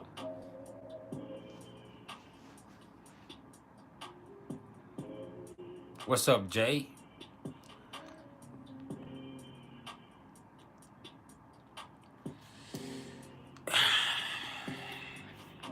I'd be handsomer if my teeth wasn't fucked up.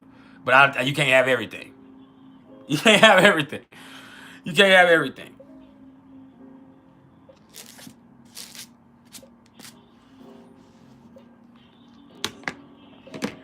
I mean, come on.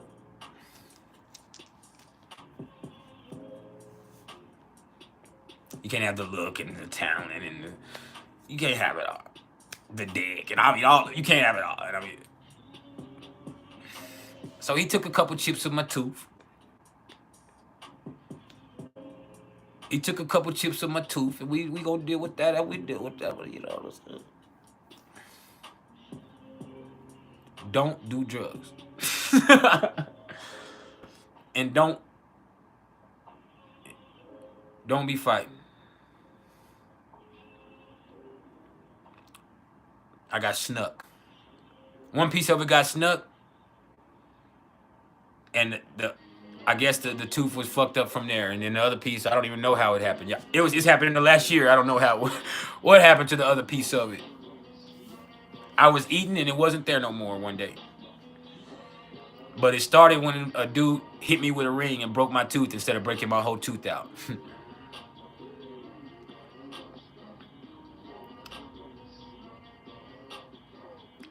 I was bouncing at a bar. His girl was squabbling, fighting. I grabbed his girl to escort her out of my bar. And he wanted to play Captain Save-A-Ho. So he came around the corner and caught me. Bow! Just boom! In my mouth. Just, And then when he hit me, I felt myself get tackled. I thought it was him tackling me, but it was the dudes at the bar that just know me. Some big old black dudes at the bar that know me. One of them, it was sad because I actually been sleeping with his girl, but that was that was then. But he still stood up. But the dude hit me or whatever, blindsided me, and I just seen them dudes just boom. I was on the bottom of a pile about some big old dudes. Then I was like, y'all hold him, y'all hold him. Y'all hold him. And then they held him while I punched him 6 or 7 times. Don't you ever fucking sneak me up. You done lost your motherfucking mind. And I got a little razzle. But it was about the principle. It was about the principle. So y'all hold his ass down. I'm finna beat the goddamn shit out of him. And I whooped it. They held him and till they made me stop. They was like, all right, bro, that's enough. That's enough. Cause I was jumping up and down. I got to where I was just hitting him a couple times where I was standing all the way up and he was laying on the ground and I was coming down with my So you knocked my goddamn tooth out? I thought my whole tooth was gone. They was like, bro, you bleeding, your tooth is fucked up. But nah, it was just chipped then.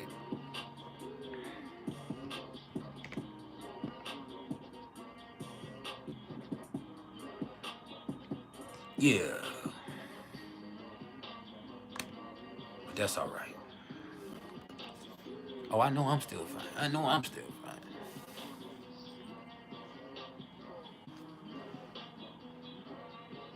Reflection said his transiting moon is the transiting moon is directly on top of his transiting Lilith in the 8th. What does that mean?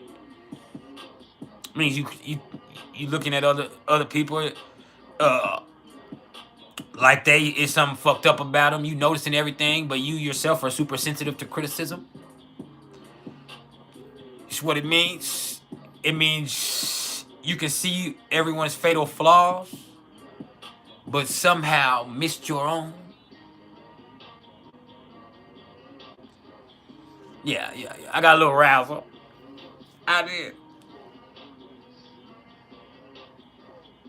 But I always did that shit. I always did that shit.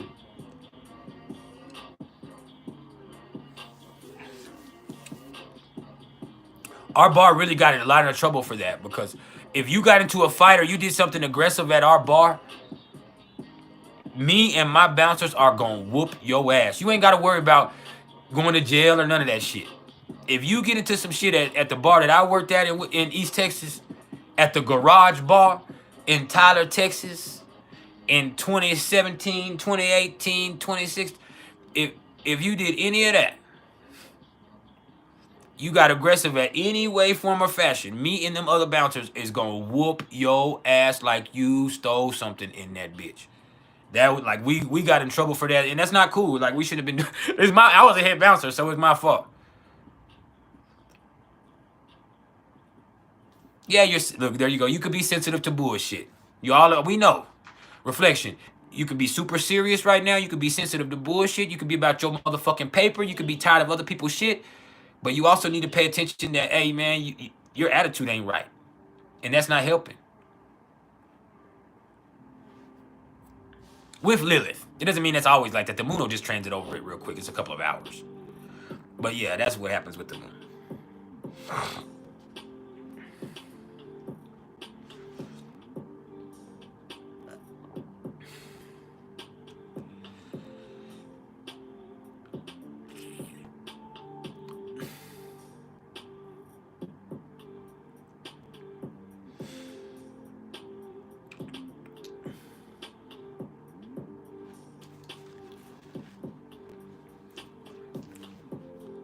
Any more questions?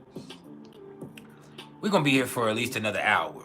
We've been here for almost 2, we're about 10 minutes from being here for 2 hours. We'll be here for at least another whole hour, maybe longer, depends on. Well, no, 1 more hour, because I forgot I have a meeting with Love 12 with my apprentice today. We have a class today, actually. Let me make sure our class is on point. I need to create a link for that. Well, I got to do it right here. We'll do it in a minute. Love 12, if you're here, I ain't forgot about you. I got you. We got class in just a little bit.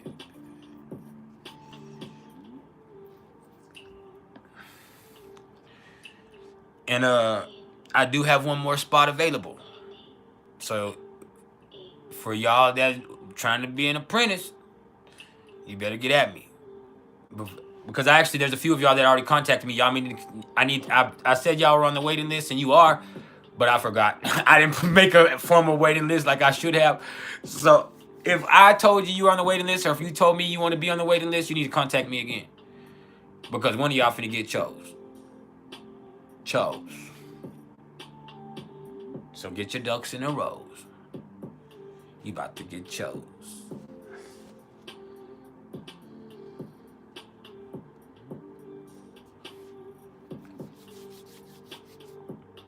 Now, any more questions?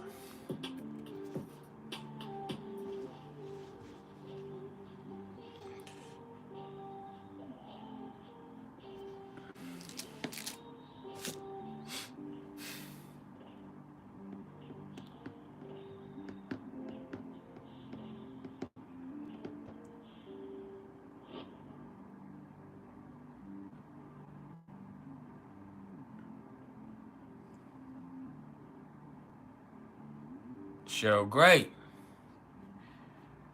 Thank you.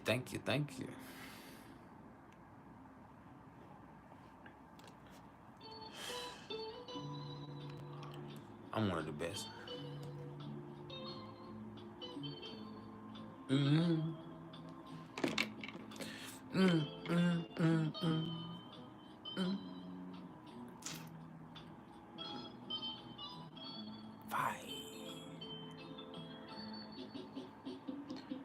Nile marque.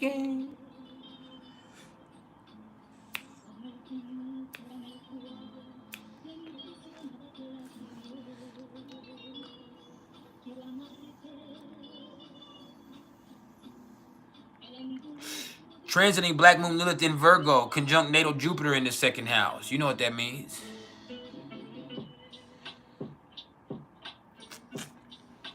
You want some more money.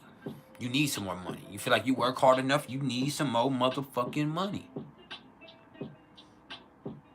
You can feel it growing inside. Or you could even feel like you're not valued enough for what you contribute. That starts to piss you off, irk at you, make you feel some type of way.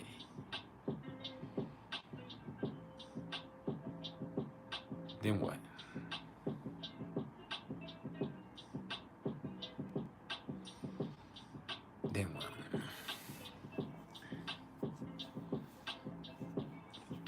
Ooh, that beard is coming together nicely. Salt and pepper. Salt and pepper's here. Yeah, all of that shit. Yeah.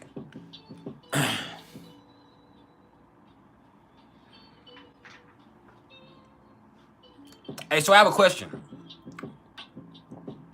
For those of y'all that know anything about back pain or any of that type of shit, because I know a lot of ladies, could sciatica, from me sitting down so much working here at my desk, could that cause my leg to hurt?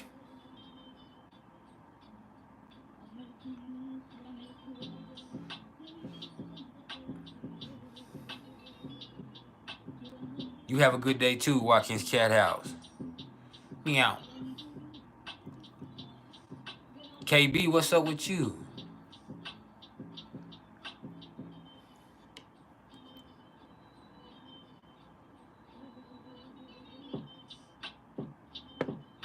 Yeah.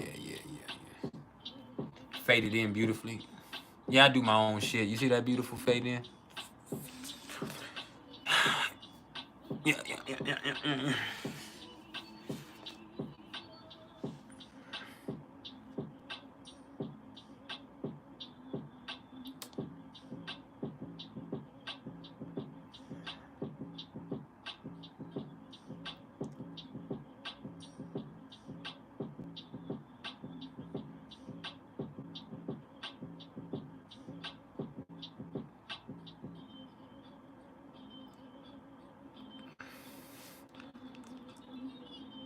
And I have either like a Jones fracture or either a Jones fracture or like a something on the outside of my left foot too. Malik Brown said Palestine, Texas in this hole. Then we know you be stealing. No, I'm just playing.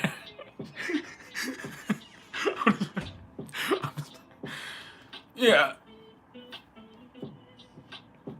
No, what's up, Palestine?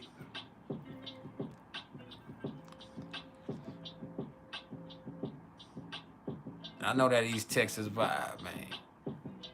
I'm from West Texas, but I lived in East Texas before this.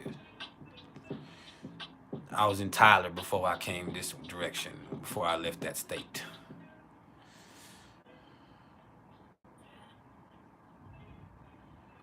But Tyler's one of the top 10 weakest towns in history.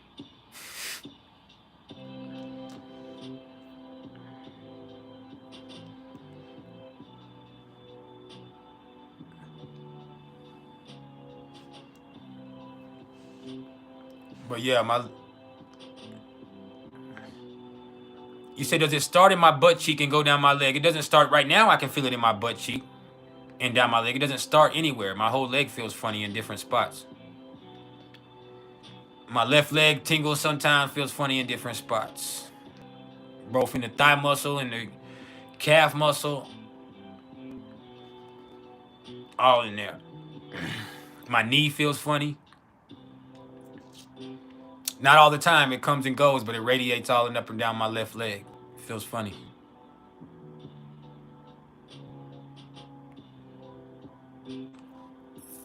But yeah, the back of my calf.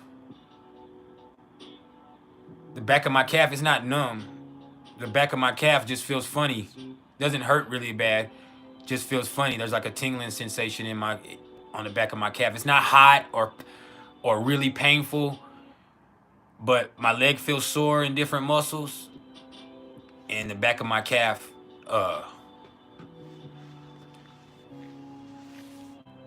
back of my calf and really the top of my thigh right around the knee have like that strained muscle feeling a little bit sometimes. But yeah. Other than that, my knee hurts a little bit every around the knee joint. And then I have a painful, like a Jones fracture or like a rheumatoid nodule. It's not gout because it's not, my whole foot isn't swollen. Like on the outside of my foot, on the top of my left foot.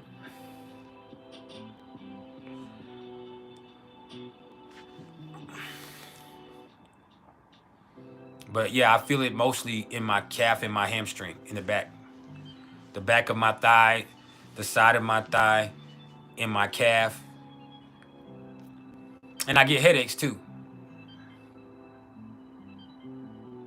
Left-sided headaches. I ain't making an appointment with the orthopedic because I can't afford surgery. I'm gonna have to deal with it. Ain't no affording no ortho. Ain't no way I would be able to get a surgery. If I needed one, I would just need one.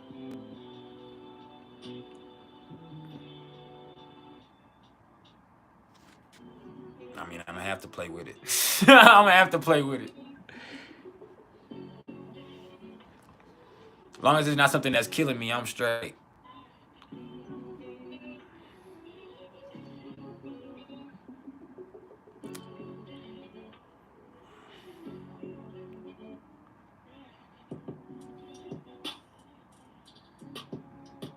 Yeah. I'm not getting no surgeries. I ain't even got insurance to go to the regular doctor. I ain't got money to go to the regular doctor. I've been on PrIcElEs for 6 months. Fuck that.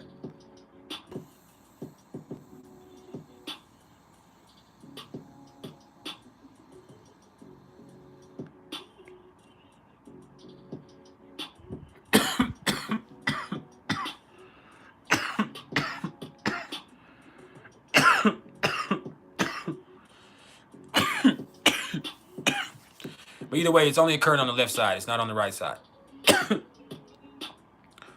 It's my whole left leg, man.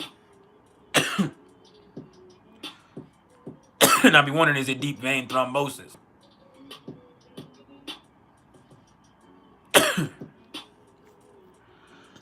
Because that makes me think about that makes me think about me coughing. Me worried about it being deep vein thrombosis made me think, oh shit, maybe it's in my lungs, and but that's just my mind. It's either.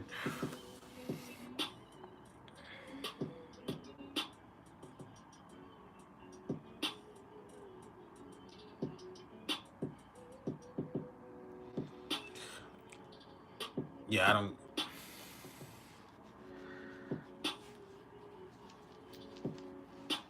I don't even care for my muscle. I'm worried about me having something wrong with my leg bone.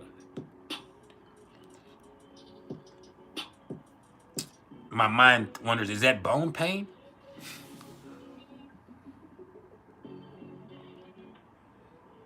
But I'm good though.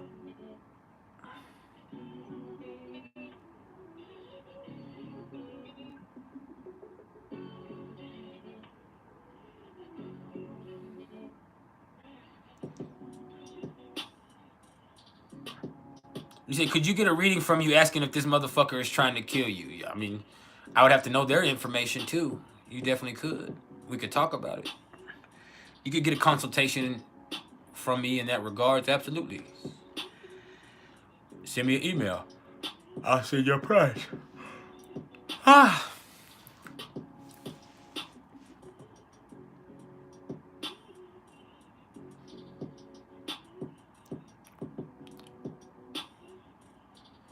But if it was bone pain, would I still be able to do this? Probably not. Probably not. That's why it's my mind, I'm telling you. Probably got fibromyalgia, and it's all my mind. That's also a possibility. You could easily have fibromyalgia, the digestive systems, the legs, all of that shit could be your fucking brain. Except the thing on my foot. That's real, because you can feel it. But it's just a knot that comes and goes on the outside of my left foot. On the top, it comes and goes every few months. It's probably a Jones fracture. Could be a ganglion cyst. But it swells up, then it goes away.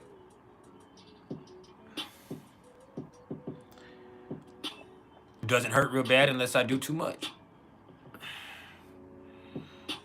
As far as the other stuff, I've been feeling a lot better today. I've been having something respiratory going on, but the weather's like that. But because all I do is Google symptoms, that's what I'm saying. Because all I do is Google symptoms, what I end up doing is I now know that metastatic cancer is related to the bones in the lungs. So the first thing I think is, damn, something's going on with my leg bone and my lungs at the same time. So it must be some shit that, even though I'm not sick, I'm not dehydrated, I'm not losing weight, I'm not losing appetite, I'm not fucking fatigued, none of that shit. If it is because I'm depressed and I'm sitting there worrying myself, I read that, oh shit, you could have a deep vein thrombosis and you could have a pulmonary embolism. So I start coughing, thinking you got some lung cancer. I start jumping on my leg. Fucking my leg up worse. Start coughing on purpose, trying to see if I'm coughing up blood until I do actually cough up blood from making myself cough. Yeah, I'm for real help. You got to send me an email. Dilemma. Send me an email. We'll talk. We got to get a consultation. You pay for an hour of consultation. We talk on an hour and look at this, all the stuff going on between y'all. For whatever you want. Send me an email. I'll send you a price.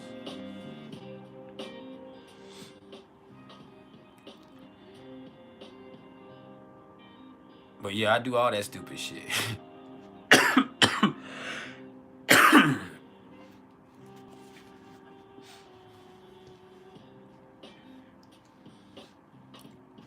I've looked at every one of my poops while we're in the Virgo moon. I've looked at every one of my poops for the last 8 months. Like, I be tripping. I have not turned that flashlight and looked at not one of my poops for the last 8 months. That's how crazy my mind is. Every one of my pees is like you're sitting there waiting for something to start bleeding. Because I did nothing but read symptoms. That's how crazy I be. KB, that's the whole point. I do mess around and think myself. I did make myself think I have cancer. That's exactly what I did. That's what's wrong with me right now is I think I be thinking I have cancer from everything. I think my leg means I have cancer. I think me having a chest congestion means I have cancer that spread to my lungs and my leg. I think, oh shit, I had some kidney shit that spread to my lungs and my leg. Or I would think, damn, something's going on with my left nut is aching, so that must be varicella. You look at because it's a little bigger than the right one. When a lot of people, one nut is bigger than the other one. Where the little left one's bigger than the other one. So maybe I have varicella. You look up varicella, it says, well, varicella is actually very normal, but it could also be a sign of kidney cancer. Oh shit, I must have it because I have kidney cancer. Then my mind will start going through there. Oh, maybe that's why I've been having all of this shit go on this whole time. Even though I'm peeing fine. Like, that's what I do. That's what I've done for 8 months. And then I'll go Google, what's the symptoms of kidney cancer? Oh shit, I got a couple of those. Then I go from there. I'll be like, no, you don't got that shit. You need to chill out. You need to chill out. You chill out. So I'll chill out for a couple of days, and then my legs start hurting. And then I'll be thinking, damn, my leg hurting. Is that my bone? Oh shit, that's fucking bone cancer, and it has to be spread bone cancer. Heather, I can't help it. People can say that's what the whole point is. Like, yeah, people don't get it. I'm playing this. That's why I'm talking to y'all so much about while we talk about it. If I could let it go and I couldn't think like that, I wouldn't. I don't like if I could dismiss that shit and stop, I wouldn't. But I can't stop thinking about it, and I'm too scared to go to the doctor because I can't stop thinking about it. I could easily go to the hospital and just talk so much shit and force them to CAT scan me everywhere. Get $1 million hospital bill.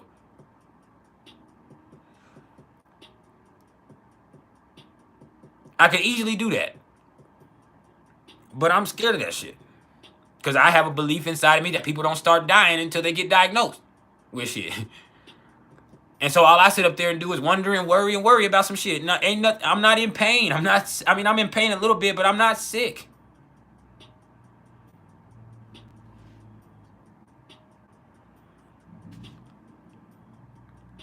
I understand and I understand that, but if that's what my brain does all day long is worry that that's what I have. That everything I have going on is that.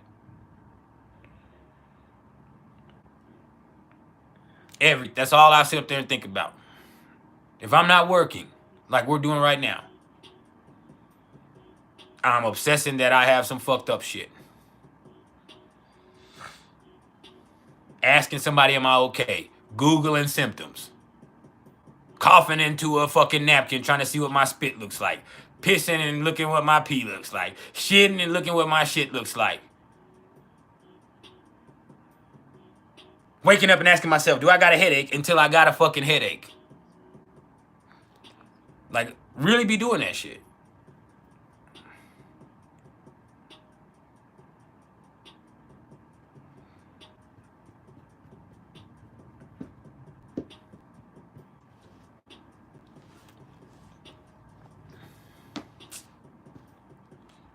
And I try. I do good some days, but most days, especially since Saturn, I was doing good for a long time, and then Saturn went direct. And I don't want to blame it. I'll blame it on the transits, but even then, that's kind of about the same time.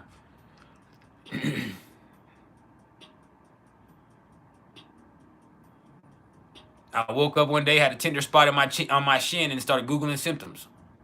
Just like I did when I woke up and I had a stomach pain 7 months ago. When all of this started, I woke up, my stomach hurted a little bit. I started Googling symptoms, and next thing I know, I spent months thinking I was dying till I really had a digestive issue.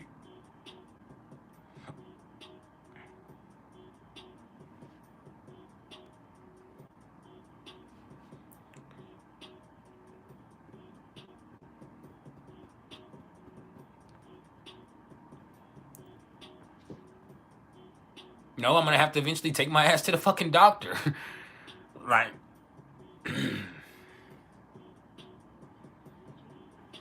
that's just real.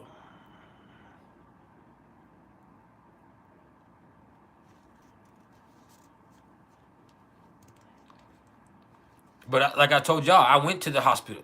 When all of this started, hey, something told me, go to the hospital. My Mercury's in Leo in the 10th house. Yeah, I would go to the doctor probably if I actually thought I was. I just worry that I am.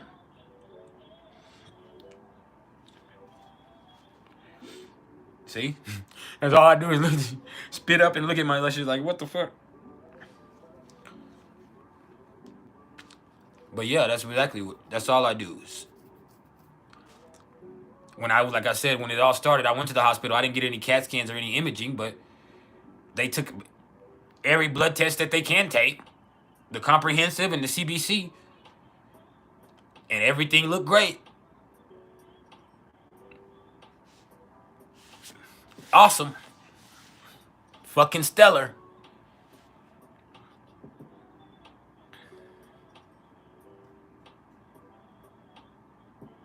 I never stopped to think that the headache could be from me constantly thinking about shit all the time. Constantly anxiety.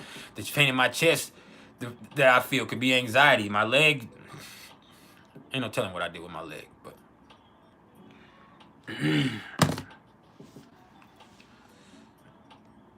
it's not like it's affecting my mobility or it's hurting into the night. I'm not waking up at night because my leg is in pain. I wake up in the morning and wait for it to start hurting. That's what I do. That's the craziness. Is wake up and start waiting to feel something. Feel some type of way. Waiting to start worrying.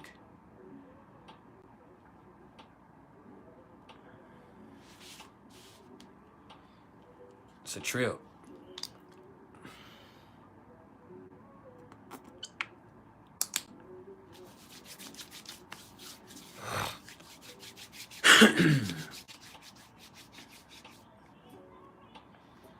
So I mean, it is what it is.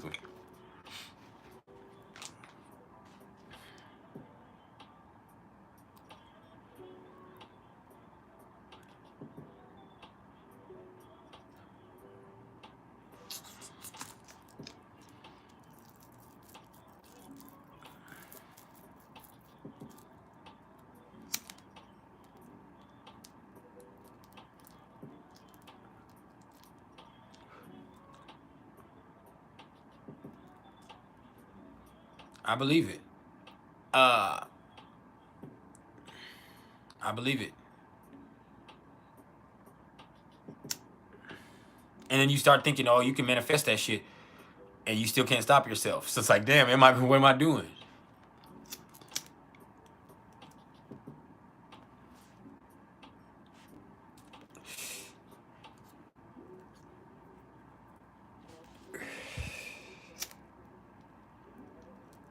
But in all seriousness, if the inner voice that I have inside of me, if my inner dialogue told me that I needed to go to the hospital, I would. I literally would. Or if it told me something was wrong, I would. It's the only thing that keeps me from completely losing it. Is my inner dialogue just says, bro, you ain't sick, you ain't got cancer, you ain't dying, you need to chill out.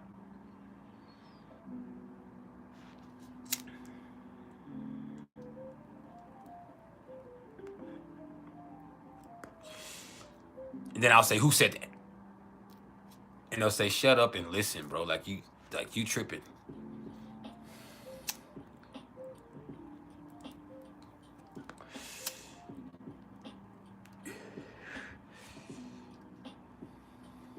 I said I was finna quit smoking blunts, Jaden. I didn't say quit smoking at all. And I haven't smoked blunts since then. But these are more harsh. These are organic hemp papers, and I hate the way I hate the way these hoes hit. But that also contributes to me having the chest the chest congestion.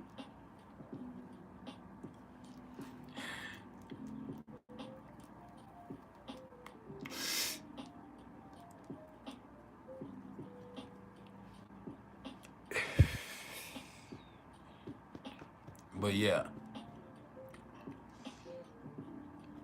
I used to didn't do that shit. And I try not to blame everything on the astrology, but I didn't start doing it till Saturn conjuncted my moon. That's when Saturn got into Pisces, that's when I started doing this shit. My wife asked me all the time. She said, "Why are you like? You didn't used to be like this. Like, what's wrong? Like, babe, you got to get right. You got to get your mind back to where it was. Like, you got to start thinking positive again. All you do is worry and think negative all the time." And I'm like, "Yeah, I know." Who you fucking telling? You know who you telling?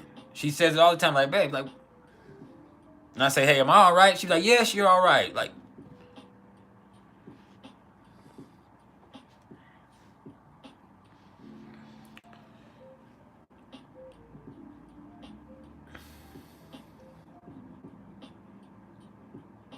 like I said, I didn't even believe it. When I went to the doctor, when I went to the hospital, when they said, "Hey, bro, your blood work looks fine, or we don't really see the need for any more testing," like, your kidney functions great, your liver functions great, your levels are great on everything in your blood. Like, cool out, bro.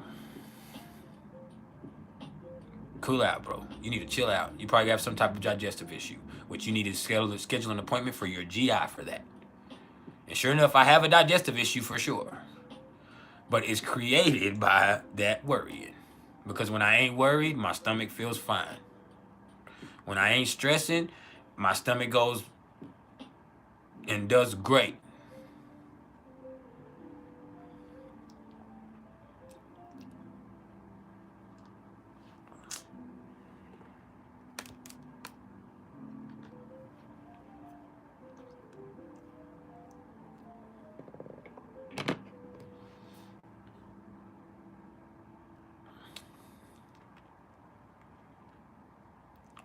I look good though. I really do look pretty nice today. But I really have cleaned up all of my bad habits except for the smoking bud. Like, that's what's crazy. I eat food, but I don't eat the way I used to eat. I used to eat really bad. In order for me to keep a lot of weight on me, I have to eat very, very high calorie intakes. I have a very fast metabolism. So for me to keep weight on me like I like to, the way that I was, which I still have plenty of weight on me now. I'm still not skinny. I have muscle, but I'm not skinny. I'm not swole like Reflection or anything, but I mean I'm alright. But I would eat a breakfast. I would eat a huge lunch from a restaurant right here in the neighborhood or here at home, which could be anything from two cans of tuna with all the workings, or whether it be a big bowl of some type of food, or whether it be a big ass thing of carne asada nachos, or carne asada fries, or a big ass burrito this big and shit.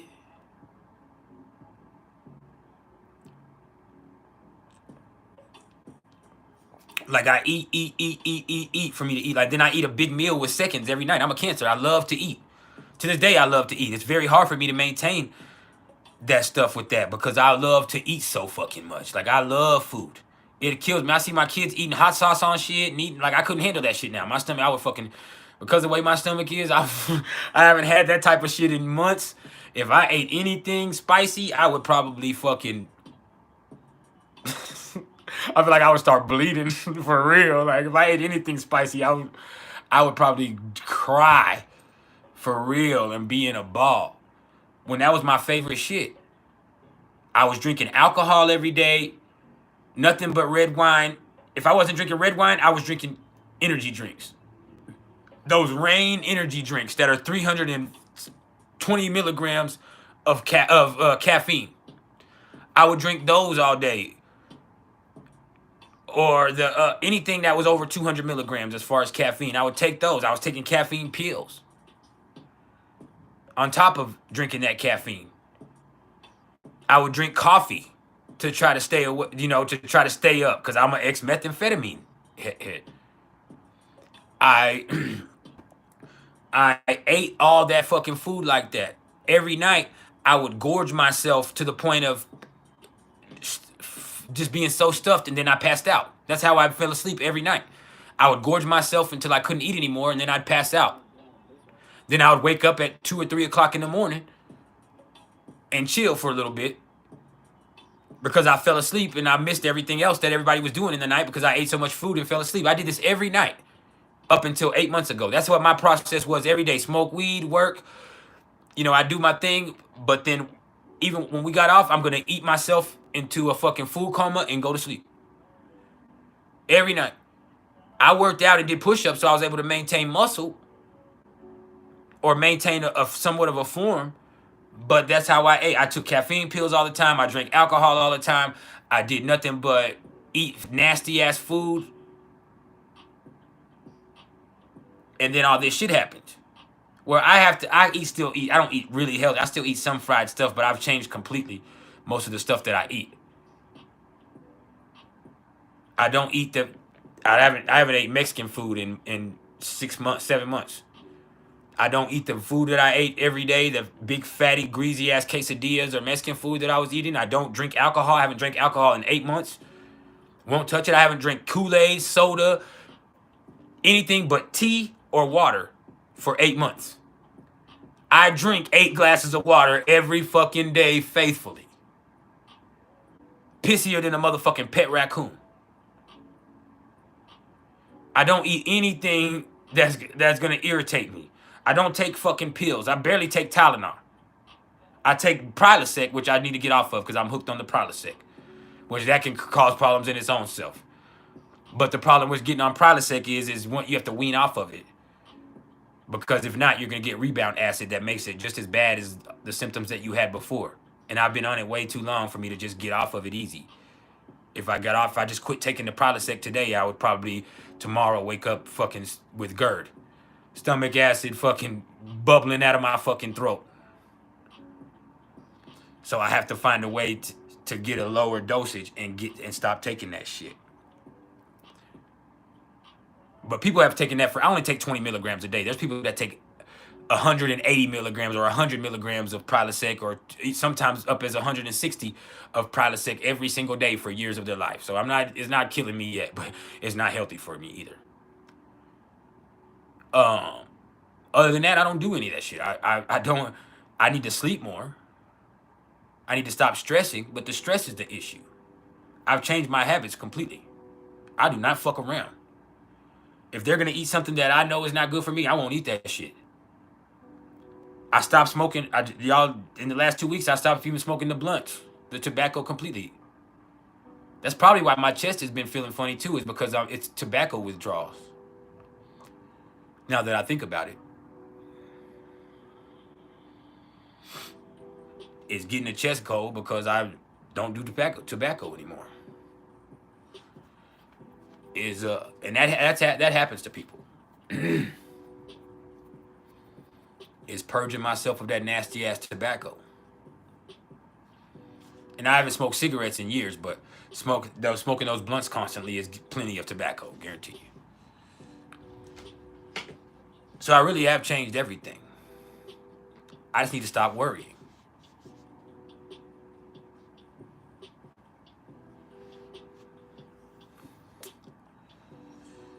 Or stop making up fantasies, hypochondriac fantasies in my head.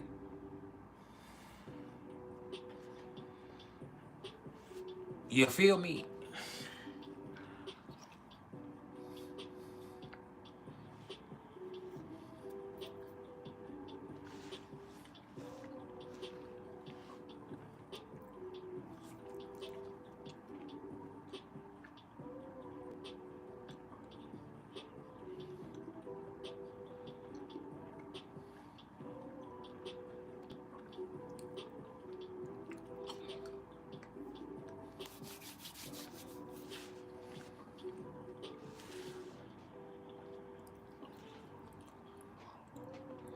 I haven't had dairy products, and I love ice cream in 6 months. I need some dairy products. I probably need to eat some dairy products so I can get my vitamin D.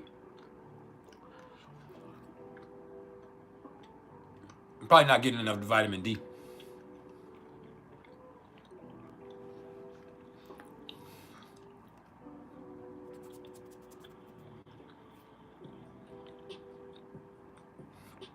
Means I better get that up before my dick starts shrinking.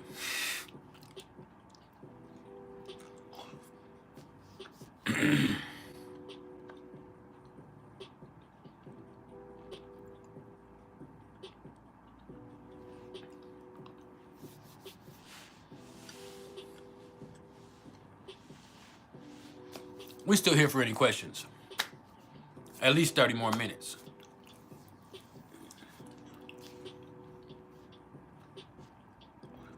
Jaden said I'm looking swole right now. I'm not Jaden. Reflection said I'm looking swole right now. He's trying to clown me. You trying to clown me, homie?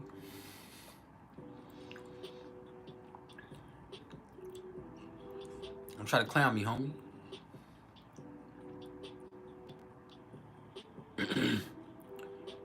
I just have a big chest. And having a big chest kind of helps with everything else. When you get to a certain age, that's a trick.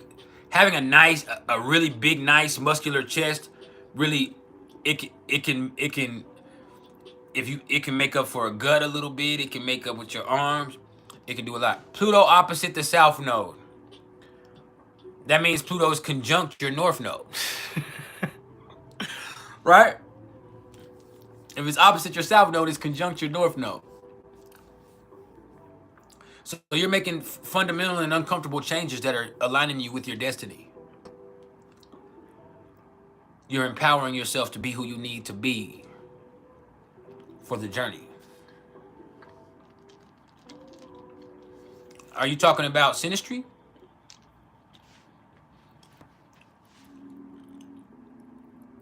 Because if you're talking about transit or natally, if Pluto's opposite the south node, it's conjunct the north node.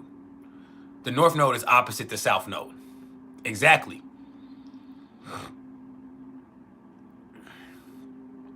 Oh, Pluto conjunct with the south node in the natal chart. It's real easy for you to get stuck in your ways.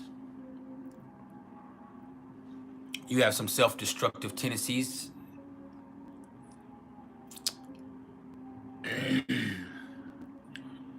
You can get obsessed with a certain way of being. It takes a lot for you to pull you out of those habits, out of that mentality, out of those issues. 5.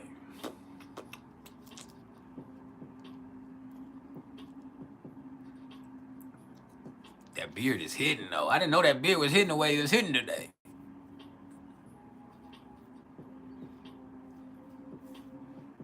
Get your beard game right, pimp.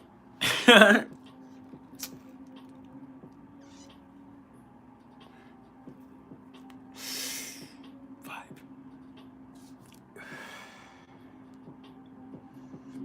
I'm fucked up. That's my shit. Make me sing my song for you. Yeah, it's fucked up. It's fucked up. I can't take the pain. Man, I'm caught top down, leather seats in the rain. It's a shame, but fuck slit my wrist. I'm gon' ride and sip like this. It's fucked up. Oh, this life we live in is fucked up. Right? Y'all remember this one? Fucked up like my life been the whole fucking trip. I swing and ride and sip, cause no telling when I'm gonna slip and fall. Y'all done left me every time I need a pickup. They repossess my pickup, nigga gone and roll that sticker. I'm lit up and leaning, bullshit hot and steaming. When I ain't blowed, I'm fiending, and these motherfuckers scheming. It's seeming like relief only lasts long as my buzz. Just post some more tuss, I'm riding blowing with my cuz my sister grown up but won't own up to the level. Like her brother, she a rebel, boxing, scrapping with the devil. Pebbles or boulders or bricks of Bombay cheese, but still my assets freeze. Except this dank that's in the breeze, please. Leave me alone, the wrong blown while I'm sipping. Don't try to start me while I'm dipping, cause I got the clip in, I'm tripping. I'm slipping into a state of confusion. I'm leaning cause I'm losing hydrocodone cause my bruises. I'm fucked up, I can't take the pain. Man, I'm caught top down, leather seats in the rain. It's a shame, but fuck slitting my wrist. I'm gon' ride and sip like this. It's fucked up, I can't take the pain. Man, I'm caught top down, leather seats in the rain. It's a shame, but fuck slitting my wrist. I'm gon' ride and sip like this. I lost my mama on 39th Street to hepatitis C. Susan Turner liked the speed, but Roderick T, I like the weed. Rightfully, I moved in with my daddy over mama's dead body. Jesse Lee is a crack fiend and his habit hardly fed Roddy. Dead bodies and empty stomachs, still I jumped in the game. 7 years later, no paper, I'm still bleeding my pen with fame. Doesn't change, no shame, I'm plagued by my wrong decisions. I'm acting on my feelings, several failures, several missions. I tried to listen to the wine-nosed uncles and friends, father. But when, father, you notice your second son been bothered. It been harder, but But then again, without you, my skin harder like Vince Carter. Cause in my sister's life, I've been a starter. I've been a part of several big plans. Super Mr. Big Man. But when you're successful, 1,000 palms out with quick hands. Shit, man. I ain't got no family to run to. I'm already unglued, but I'm pushing until my heart is done. Fool is fucked up. I said this life is fucked up.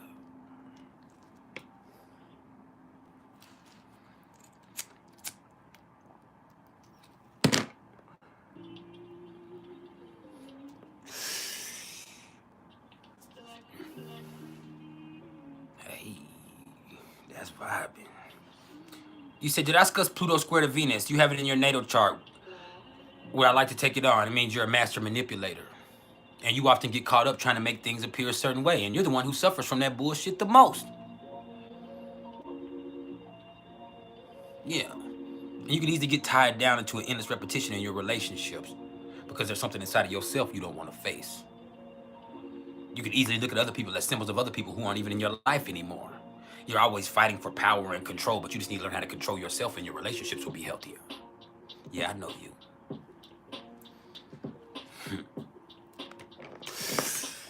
Yeah, I know you. Let's put it into the documentary style.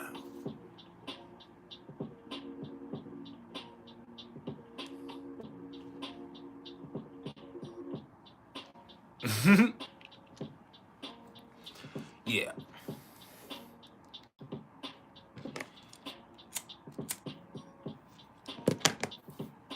As I was saying with Venus square to Pluto, you're the type of person that will end a relationship with somebody that you really care for. Just because you feel like they might do something to you later on. And that ain't fair to either one of y'all. But the truth of the matter is, you are looking for something that not only is unavailable, but it's something that you yourself is incapable of maintaining or giving. And if you had, you wouldn't.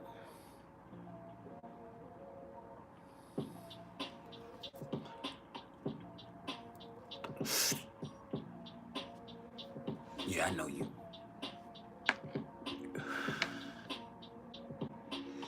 Yeah, we know you.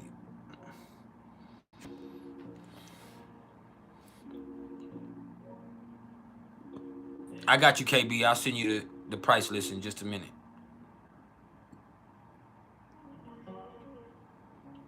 Oh, baby.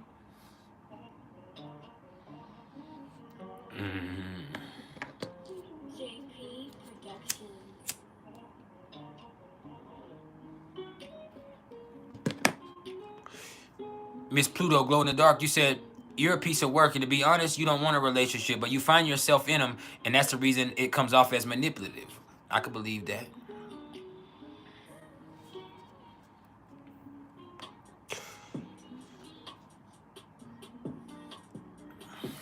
See, you think you like being alone, but there's also something inside of you that wants that connection, that intimacy.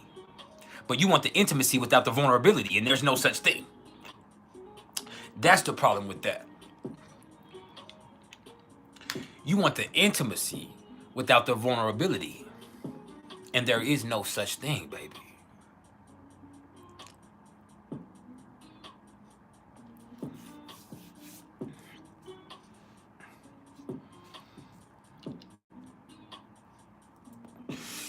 Yeah. Oh, baby.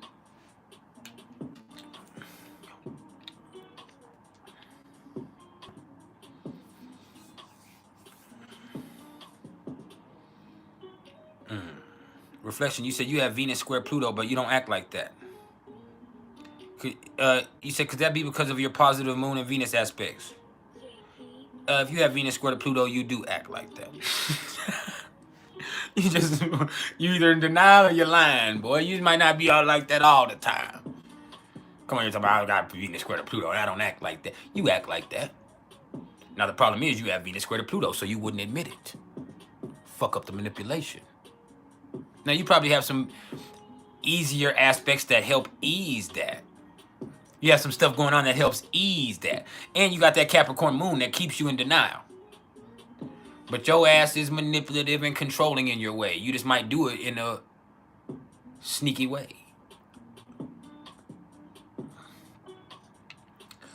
You got it like that. You got it like that. And if you're not always like that, you're capable of it.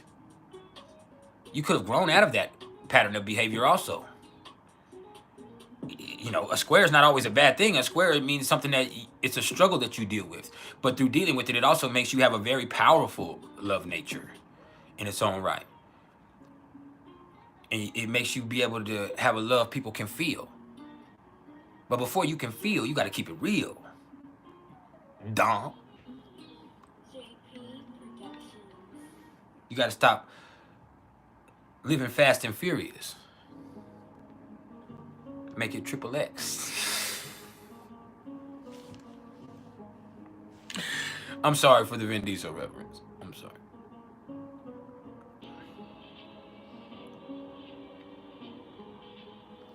I'm just a vibe. I'm not even a human being. I'm just a vibe.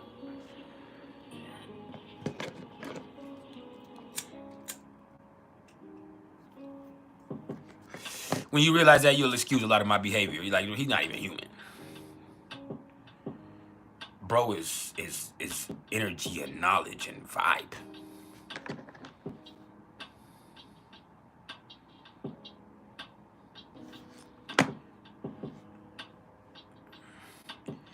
Now, Miss Pluto, you said, oh, you said facts. You said you have a Pluto stellium with Cancer ascendant and what's a Pluto stellium? Or you have a stellium with Pluto in it? Your Virgo sun makes you judgmental at times. But you've grown so much, and that's because of the knowledge of self facts. Don't make me cry.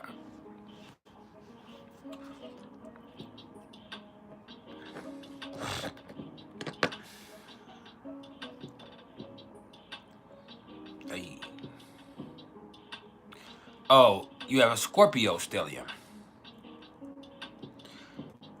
You have 5 planets in Scorpio.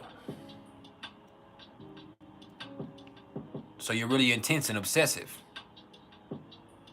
A little bit dark, a little bit deep, a little bit crazy.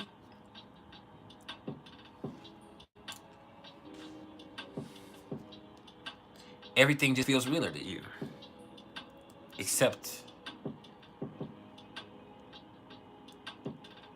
Nah, I ain't gonna do you like that. But yeah. Beautiful Scorpio stellium.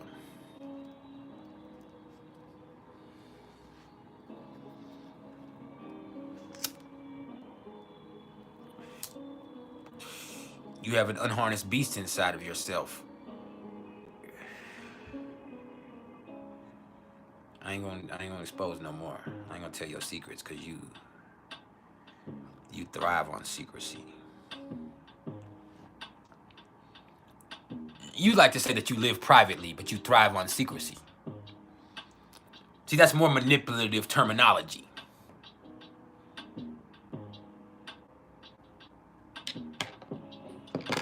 Oh, I'm a private person. I don't like people in my business. No, you just very motherfucking secretive.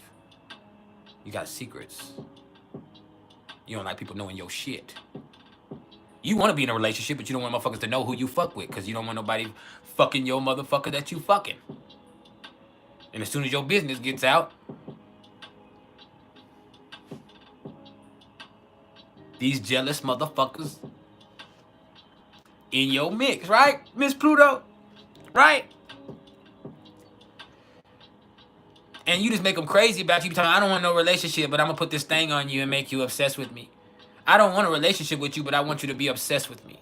See, that's the manipulation. Don't make me expose you in front of everybody. I don't want a relationship with you, but I'm going to put this thing on you and make you obsessed with me.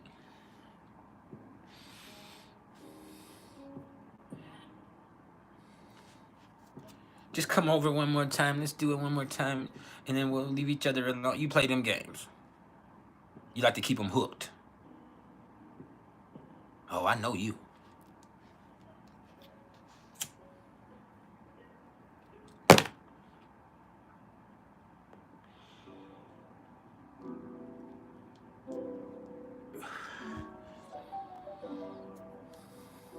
Yeah, it's kind of scary.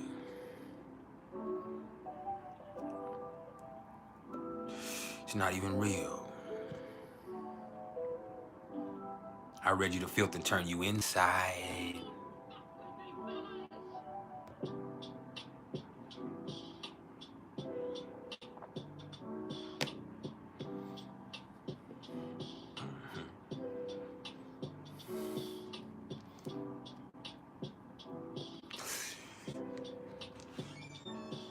Yeah, I know you.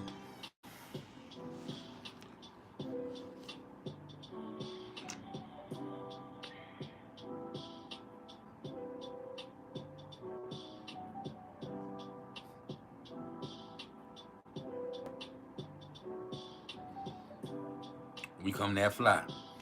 No lie.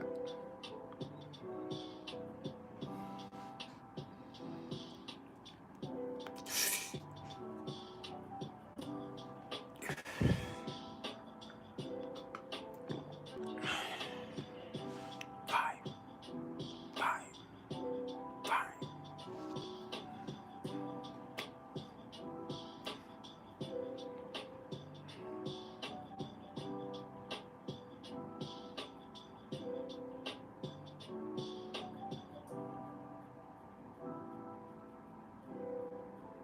Reflection just trying to get your number quick because he'll say, I'm gonna take it, man. I don't do that.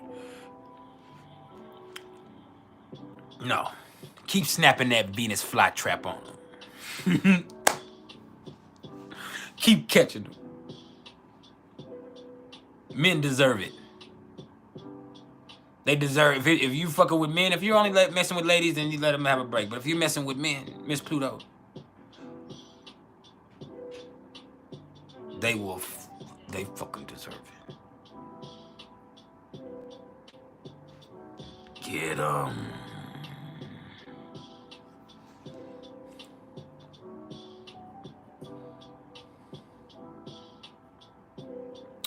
Get reflection. He likes that. He thinks he can handle that Scorpio type shit. Get reflection.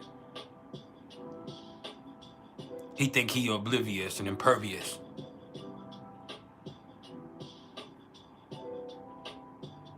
He said she changed his lives.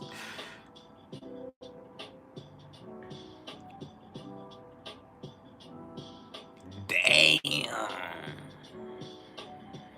Niggas making productive citizens and shit. She'll take the gangster right out of you. Make you an honest man. Not me. I'm a Dallas Cowboys fan. I would rather be a Dallas Cowboys fan than an honest man. That's the truth.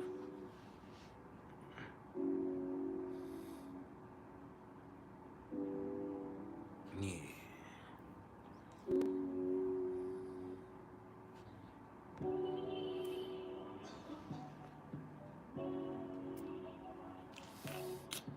Bye. Yeah.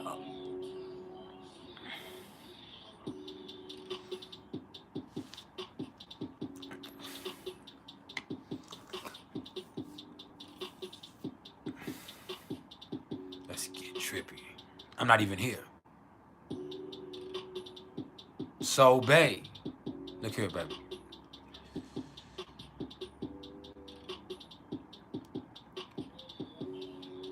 I'm not a sign, I'm a vibe.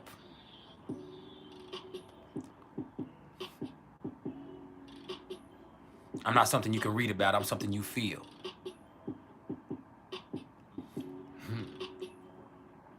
I'm not even real. I'm just an emotional expression.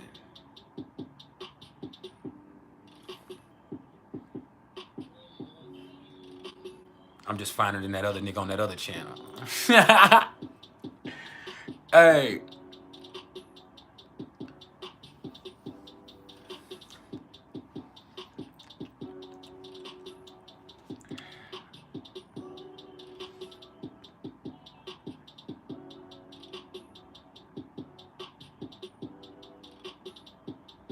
I'm definitely not an Aquarius. Everybody else here knows who I am.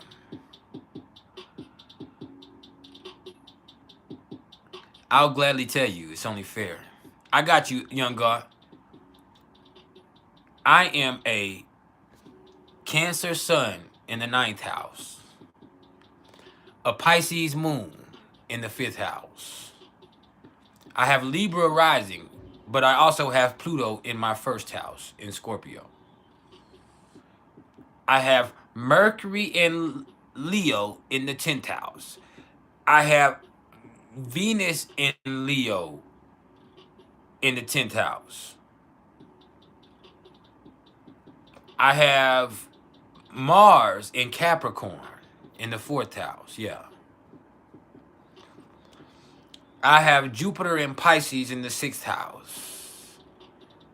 I have Saturn in Sagittarius in the 2nd house. I have Uranus in Sagittarius in the 3rd house. I have Neptune in Capricorn in the 3rd house. Like I said, Pluto is in Scorpio in my 1st house. The Black Moon Lilith is in Gemini in my 8th house. Chiron is in Gemini on the cusp of my 8th and 9th house. It's really right on the line. My nodes are in, or my north node is Aries, 7th house.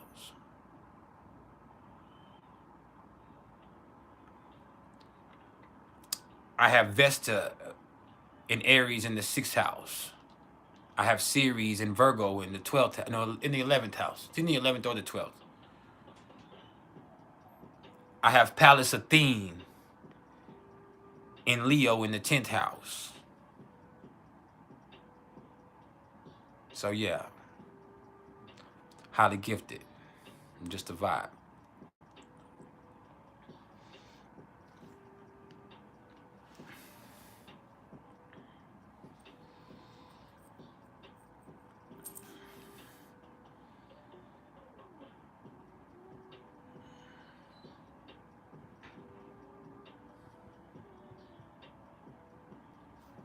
Yeah, my back does hurt though. I might have some sciatica going on. That shit hurts my back.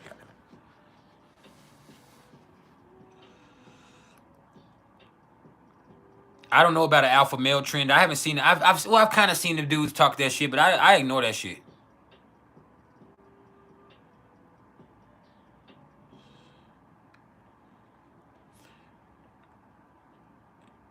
I'm definitely a Cancer sun. I just cried earlier. Yeah, I just cried in the live earlier. I'm definitely a Cancer sun. I already cried in this live. But that Pisces moon is everything. It's my favorite. That Uranus in the 3rd house and that Pisces moon. That Pluto in the 1st and Mars in Capricorn. The Leo just gives it a little.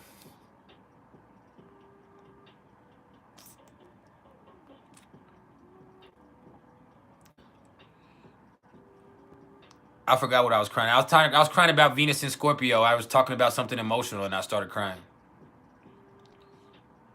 I was talking about the power of Venus in Scorpio and how it can make you feel. It just made me start crying.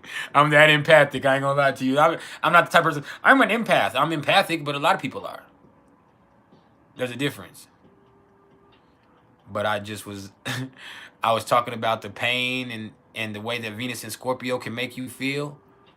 And I felt it. I felt it for real. And I started crying.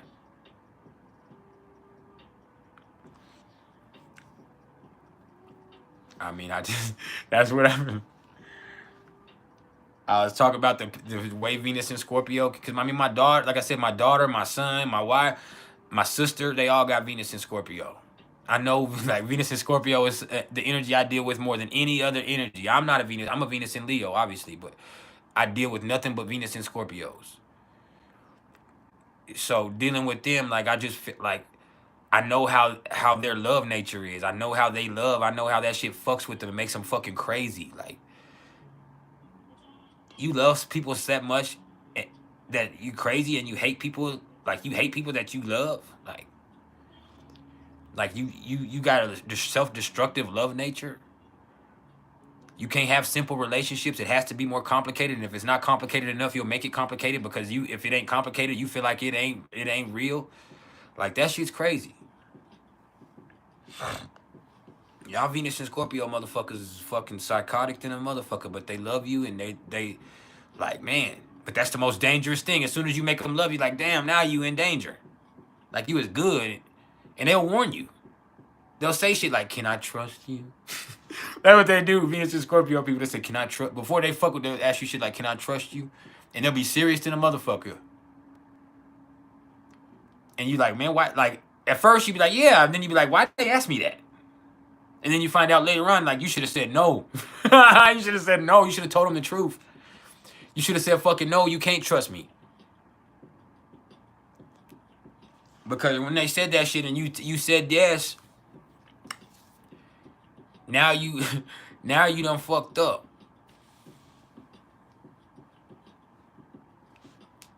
Now you done fucked up.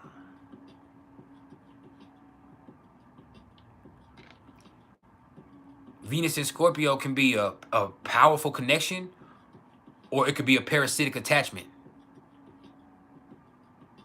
Both ways.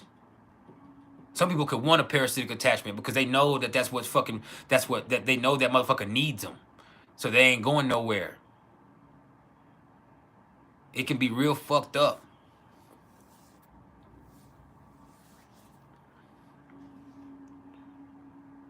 I was watching an episode of American Horror Stories last night. Not story, American Horror Stories. I got you. And they were talking, there's this girl, she wanted to be a model. And she already had the look, but she didn't have the size. So she ate a tapeworm. But as that thing started growing inside of her and started changing her, it's like, it's also destroying who she was. And sometimes love can be like that with Venus and Scorpio. But yeah, so, babe, I just understand.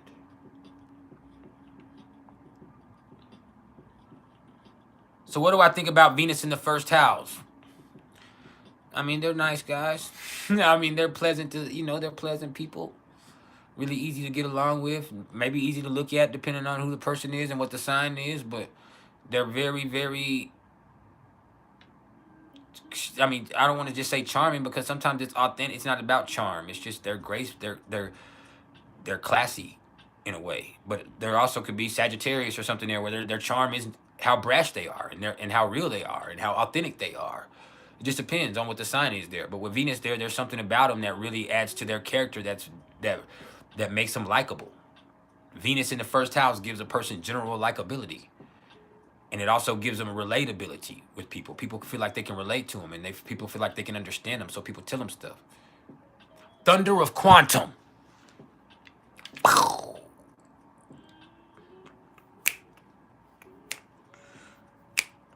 Oh, my bad, fam. I got you. I got you. Answer the questions. Now, Venus and Scorpio in the 11th house. I mean, it's the 11th house, which makes it interesting. So it's more intellectual than a lot of Venus and Scorpio connections. You need to be with somebody who you feel like thinks similar to you. And you don't see that often. See, that's the thing with Venus and Scorpio in the 11th house. You're not going to see a lot of people that think the way that you do, that can handle your mentality. So when you find somebody that thinks similar to you, or somebody that can understand you, or somebody that you feel like y'all can connect like that, then that's all you want. And you only want them. Only want them. But that right there can create some issues in its own right.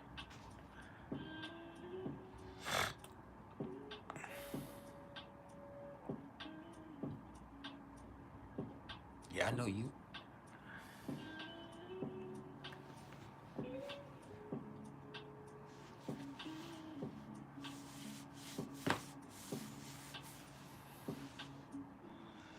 Yeah.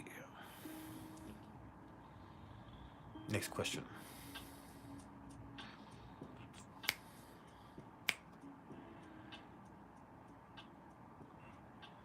Tamara Nicole, how you doing? You got your reading just disappear. You ain't tell me, oh, it was all right, nothing. You just, that Pluto reading must have scared you. I mean, I didn't say nothing bad. You had a pretty good Pluto reading. Or that motherfucking Sinistry reading.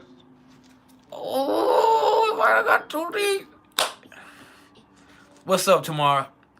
Or Tamara? You want to be Tamara or Tamara? I don't know which one. Say the first one or the second one. So Tamara is the first one. Tamara is the second. Because I know some people say, my name is Tamara. And I'm like, God damn, you country.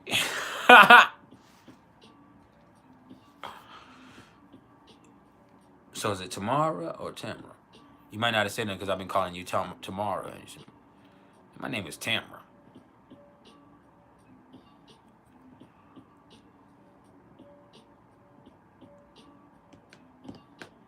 So you're surrounded by Scorpio moons.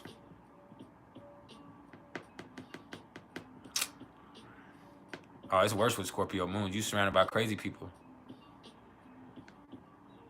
How will Venus in Scorpio affect your 8th house in Scorpio? You might get some coochie. Or more coochie than you normally do. And that creates problems in its own right.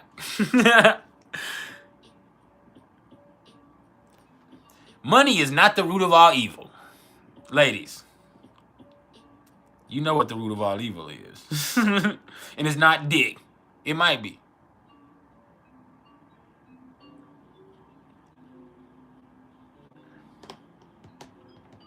It's the root. Period.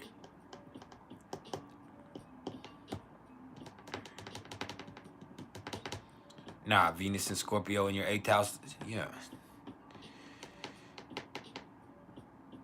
Your coochie rate might just skyrocket.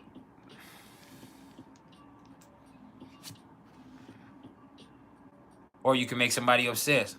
You can eat the wrong booty. Now you got problems. And we know you'll eat booty. Pisces, Sun, Scorpio, Moon. Deep ass, depressing ass emotions. They better have some type of creative outlet. Or that motherfucker there's gonna be on drugs and depressed. They better be a musician or an artist of some form, or an actor of some form. Or they better have some type of way for them to express themselves, because all them emotions that go so deep and know no boundaries could be really, really, really, really, really, really heavy. And when water gets heavy, it squashes submarines. They implode. Catastrophic implosion. You remember that?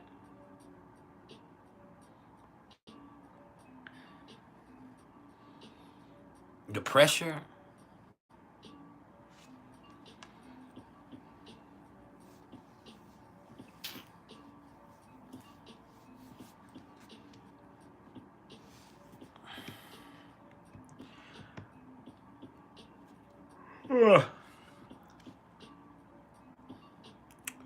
Just the pressure. Depression. Deception. Confession. My blessing. Deception. Vanessa. Vanessa. But not for real though.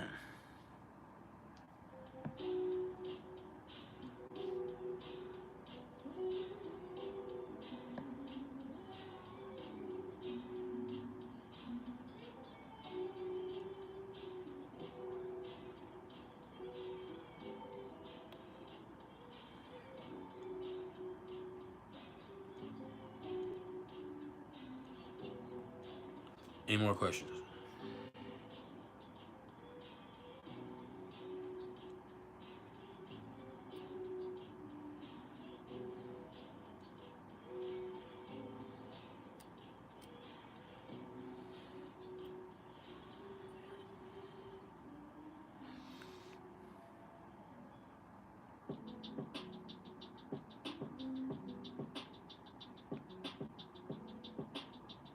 No, that's Tamira. Now it's Tia and Tamira. Her name is Tamira with the E. Her name is not Tamara or Tamara.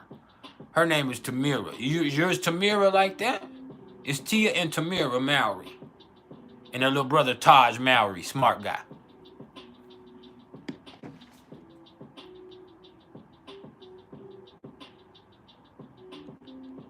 You know, I be thinking I know everything.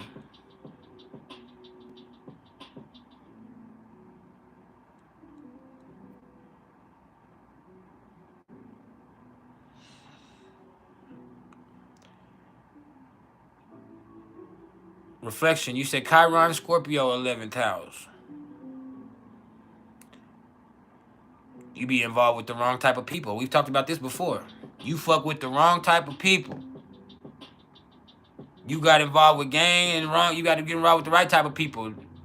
That means you got to deal with the stuff inside of yourself. You was a gangster. You part of the Aryan Brotherhood.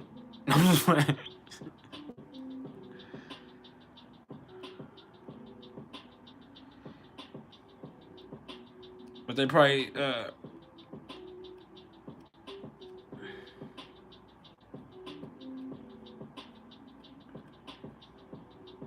called you Nutsack John.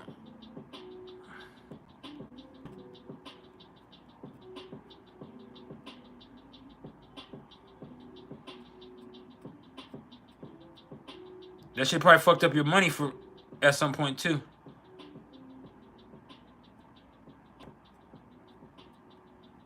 Your associations and the people you fuck with. Sorry, I'm looking for something, y'all. Let me pull it up here because that's weird to put my head down like this.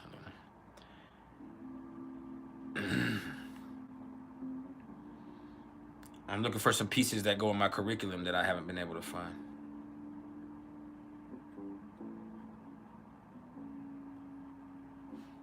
Ooh, that's my shit. Run it back. See, that has a luxurious flavor to it.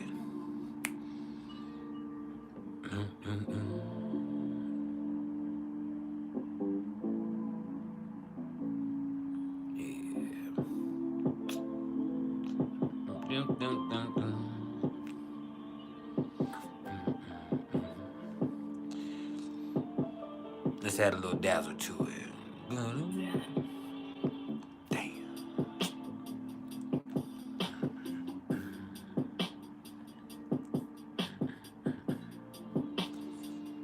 Yo. We in this thing for real. Next question.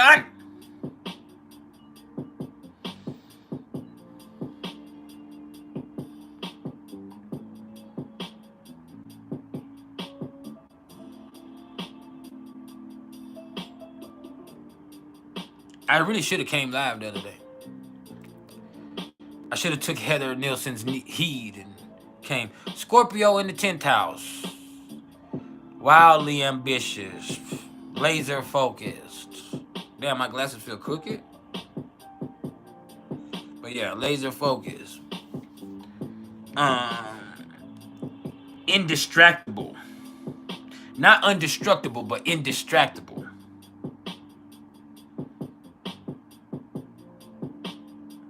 All of that shit. Yeah, I know you.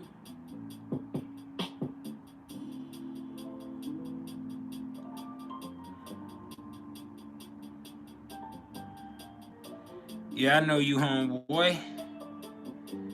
They call you reflection because you mirror their actions. You do them like they did you.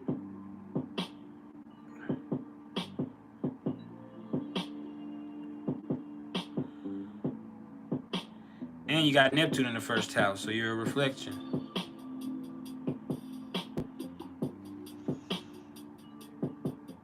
Oh, you pronounce it like she does. I'm sorry.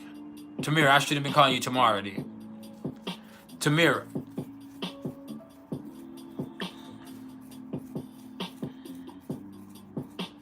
Tighten me up. Tighten me up. I should have said it right the first time. You understand?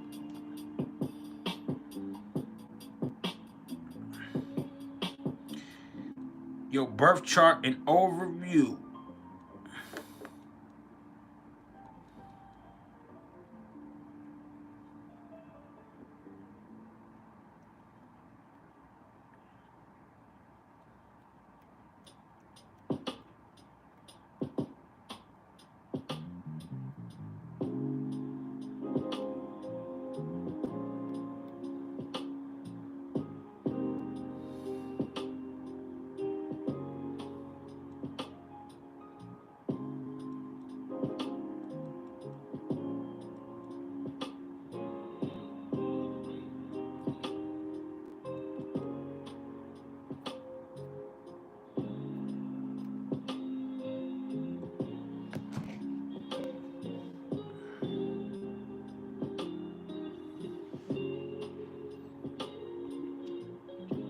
Any more questions?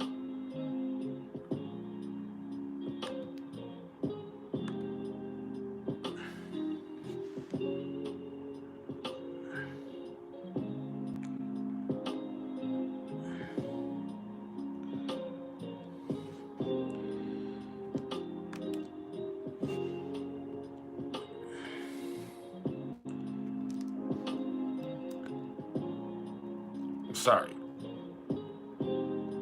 We've been here for over 3 hours. We're gonna be here for 23 more minutes, and then I'm gone for real. So let's make it count. 23 more minutes, and we'll be here for 3.5 hours. Then I got some stuff I gotta do.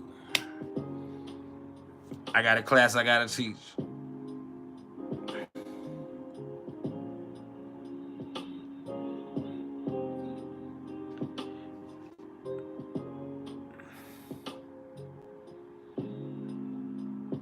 Now, we do have Midnight Buck Naked Astrology coming up soon. That's on the OnlyFans page. Y'all ready for that? We doing buck booty naked.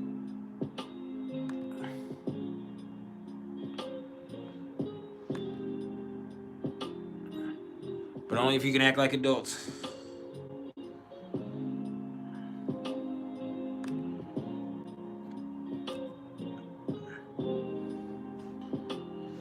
Can we act like adults?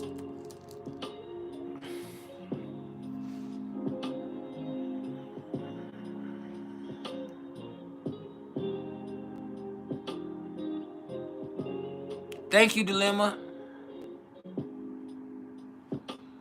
I probably should do that. I ain't touched no grass in a long time. I ain't walked barefoot in the grass. But everywhere I walk over here is dog shit.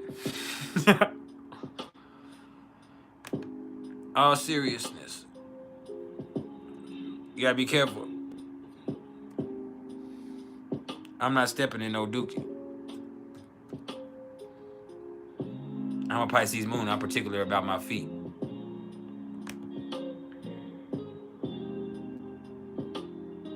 Probably not what, Heather?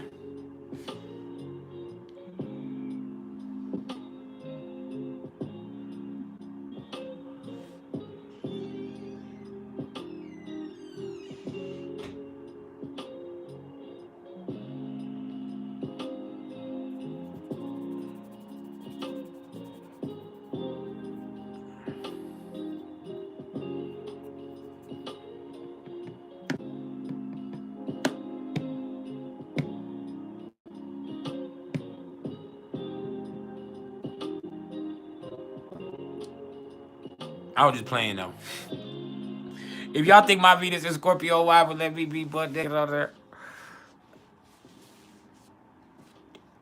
Y'all would be. I wouldn't be able to act like an adult. I'd be doing jumping jacks and everything. It was butt naked. Popping, jumping jacks. I'd be showing everything. Everything.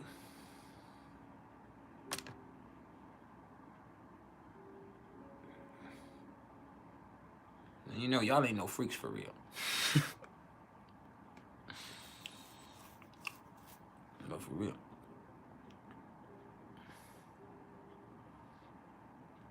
That's for 2024 on the low. 2024 on the low. We get through this Saturn conjunct moon. We bucket naked. I'm talking about bucket booty naked like that.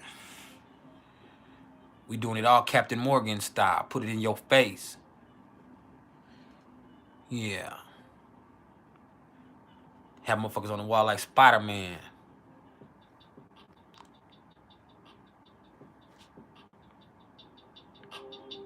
You be on some real freaky shit. But y'all ain't trying to do that shit. Y'all ain't about that life.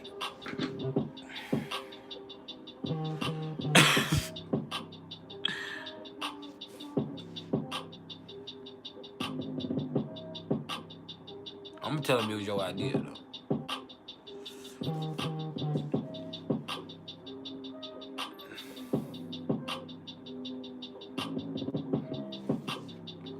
It definitely might be some sciatica today. It ain't just my butt cheek. It's like my back radiating my leg.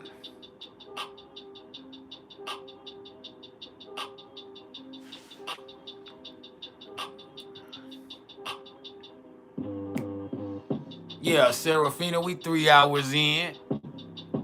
We 3 hours in. Finna be 3.5 before we smirk. Been talking about it, my problems and all the shit I be talking about, but that shit ain't. I feel good. My leg feel a little funny, but I feel good. Good thing I got 3 of them.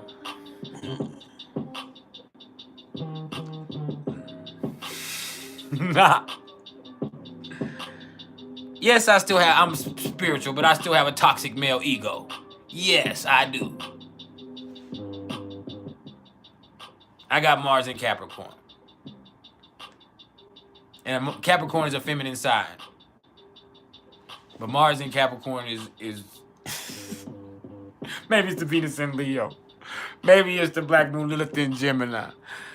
Maybe I'm crazy little motherfucker. It ain't the Pisces moon. The Pisces moon is everything good about me. The Pisces moon is the angel.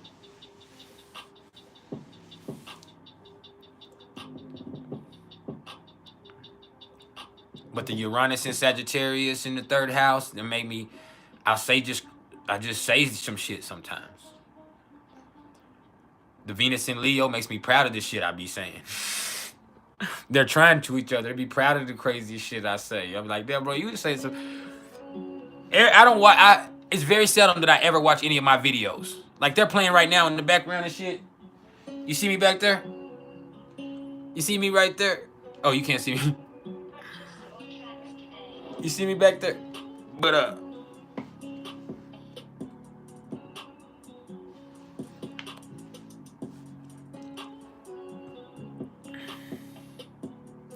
I don't really watch them. I don't really listen to. But when I do, I turn on and be like, oh, that's why they fuck with me. When I do, I'm like, man, oh, it's the little slick shit you be saying, bro. You be saying some little slick shit. And I do. I'm like, bro, you be saying the best. You have the best sayings.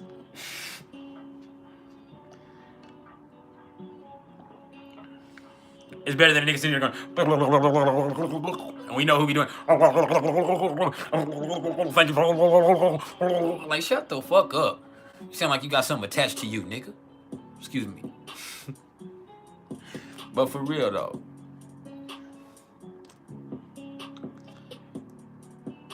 And yeah, that shot fired.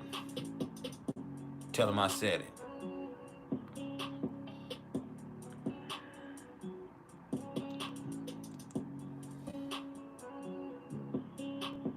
Attuned to Kent. That's why you my friend.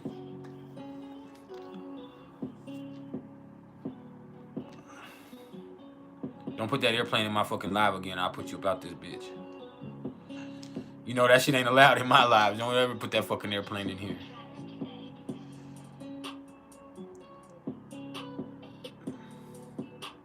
We really with that shit.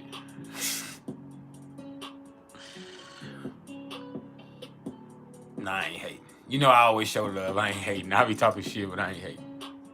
I'll go tell him. He know that. Y'all know that. But I'll go tell him. He my friend on Facebook. Well, we argue from time to time, but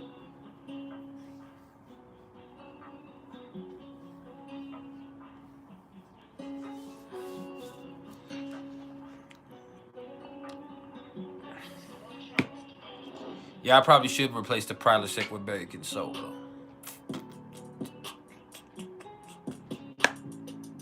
I appreciate the suggestions.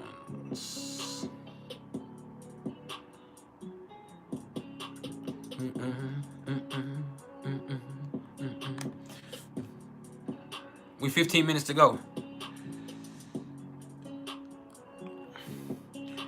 And y'all, I've been here, I be doing my thing, but y'all ain't sent, I'm gonna be honest with y'all ain't sent no fucking love super chats. Y'all ain't, I mean, for real this month, y'all been slacking. I ain't been slacking. I missed one day, one top 5, but I did a top 10 on Tuesday. So I knew what I was doing. I did a top 10 on Tuesday. I missed a top 5 on Friday. That's it.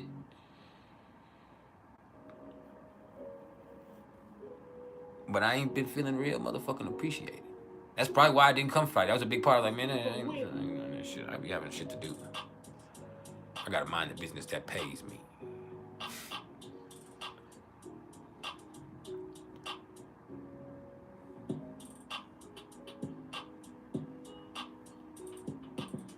You know, that has a little Spanish sauce vibe to it right there.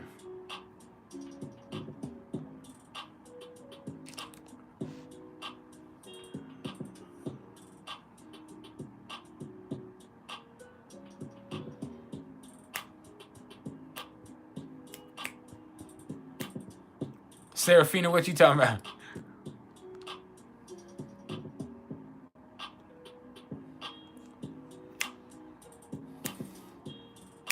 Exactly what?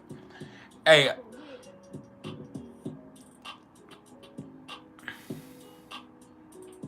I have the sun trying my Venus, so that might help with it, but you know, it's been a really positive morning today. I said, other than my leg feeling a little funny, I'm straight.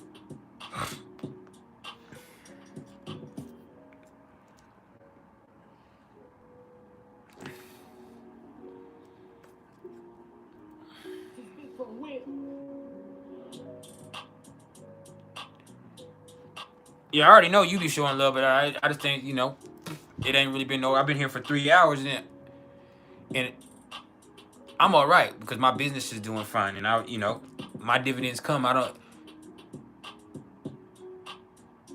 I've been doing this long enough that I understand when there's lulls. But we'll get it. We'll get it.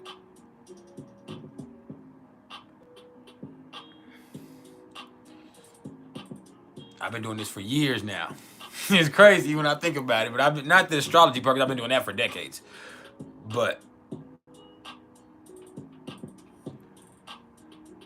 I mean, I am built. Don't get it twisted. Don't make me take this shit off. I'm still busting up out this shit.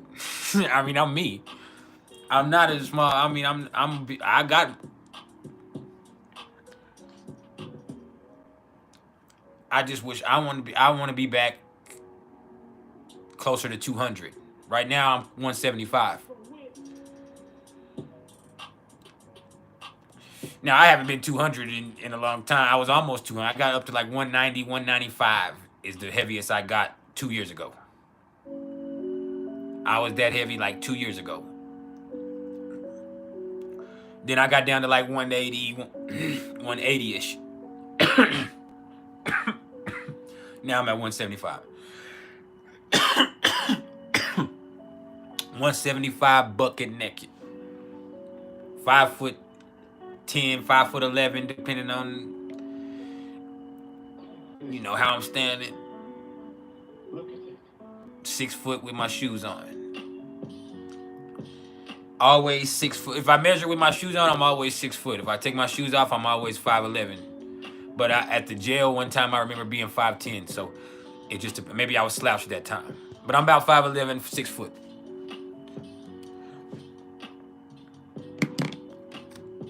Fluctuate between 170, 180 pounds. But I used to be like 2 years ago, like 195.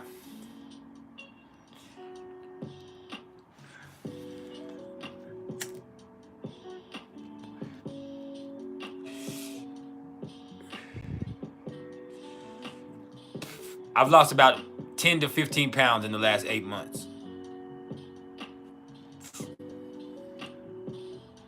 Which ain't a lot. That definitely doesn't equate to sickness, does it? I be tripping. That equates to a healthier lifestyle changes. Especially when you can explain it.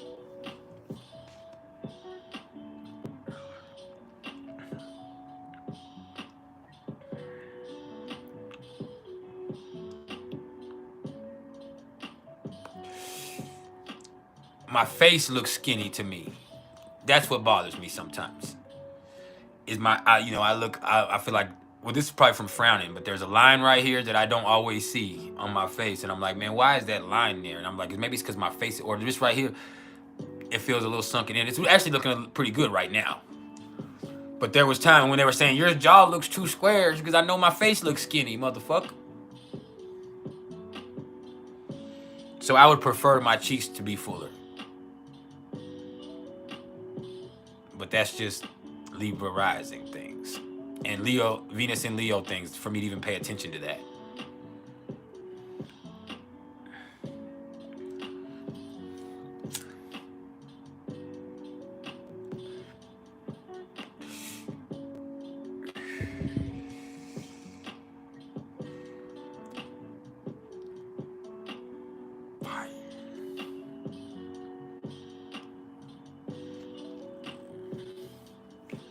Do we have any more questions? We're 8 minutes from going.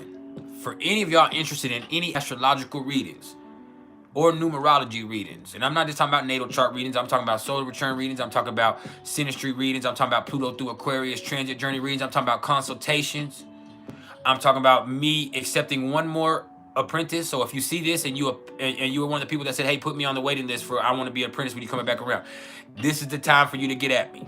It ain't cheap though. So if you can't afford it, don't even think about it, because I'm letting you know it ain't cheap. It ain't gonna be peanuts. This is priceless. It's 11 1.5 hour classes. All right. And then if you choose to go further and deeper into the knowledge, you can, but we will teach you all the basics of how to read a chart.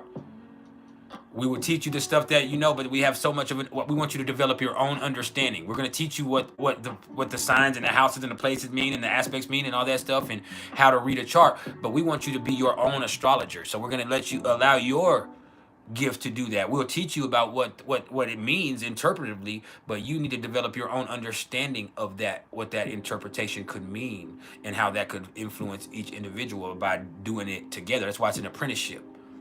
So it's not only just me teaching you and telling you stuff for an hour and a half, but after every 2 or 3 sessions, we'll have a collective reading together, or we'll even have where I send you a chart and you let me know how you feel about it. You'd send me, what we've learned back and your interpretations and what you see with that. And then we'll build from there. We'll go from there. After that, we'll get into another method or to another applicational area of understanding how reading a chart, whether it be not just natal charts. Well, once you learn how to read a chart, you can read a chart. That's the thing. You understand what synastry is, and you understand what a composite chart is, and once you understand what the chart is and what it's doing, then that's different. Or how the progressions work, that's something else. But it's about teaching you to become your own astrologer, not to be a clone of me.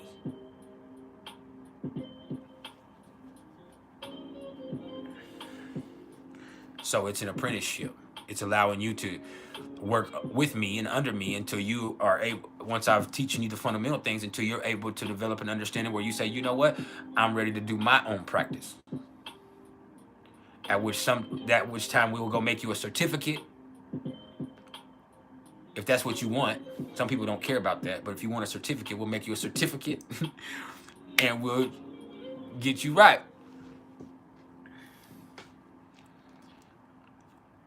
But the knowledge in itself is a badge of honor. I do numerology readings. We can also do that over the phone or Zoom or a recorded version, just like any of the astrology stuff. You just got to send me an email at mr.turner1300@gmail.com. That's mr.turner1300@gmail. .com.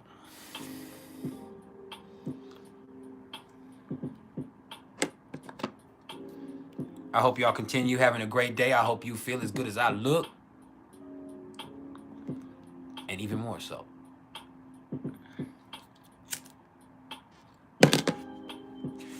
Yeah, I'm a little buck tooth, but that just means you might have a little extra gas, or you might have, a little irritability in your gut. But the moon is in Virgo. Don't blame me.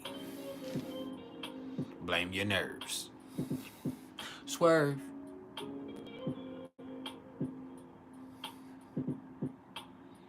We vibing.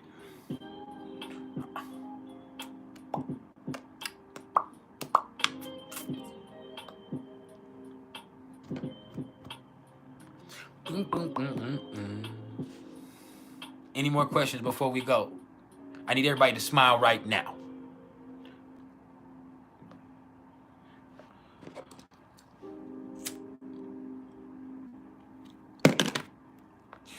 I shall return mañana.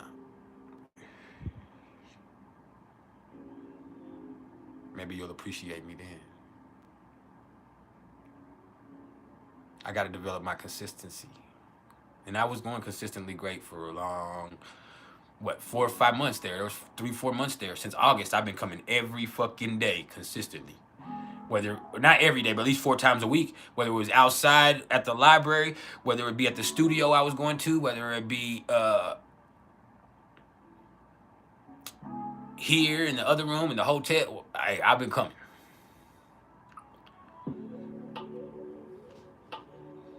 I just need y'all to respect that.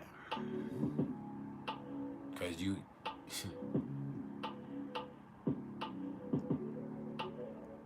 have no idea how hard it is some days to just deal with the stuff inside of me. So, I love y'all. We'll talk again soon.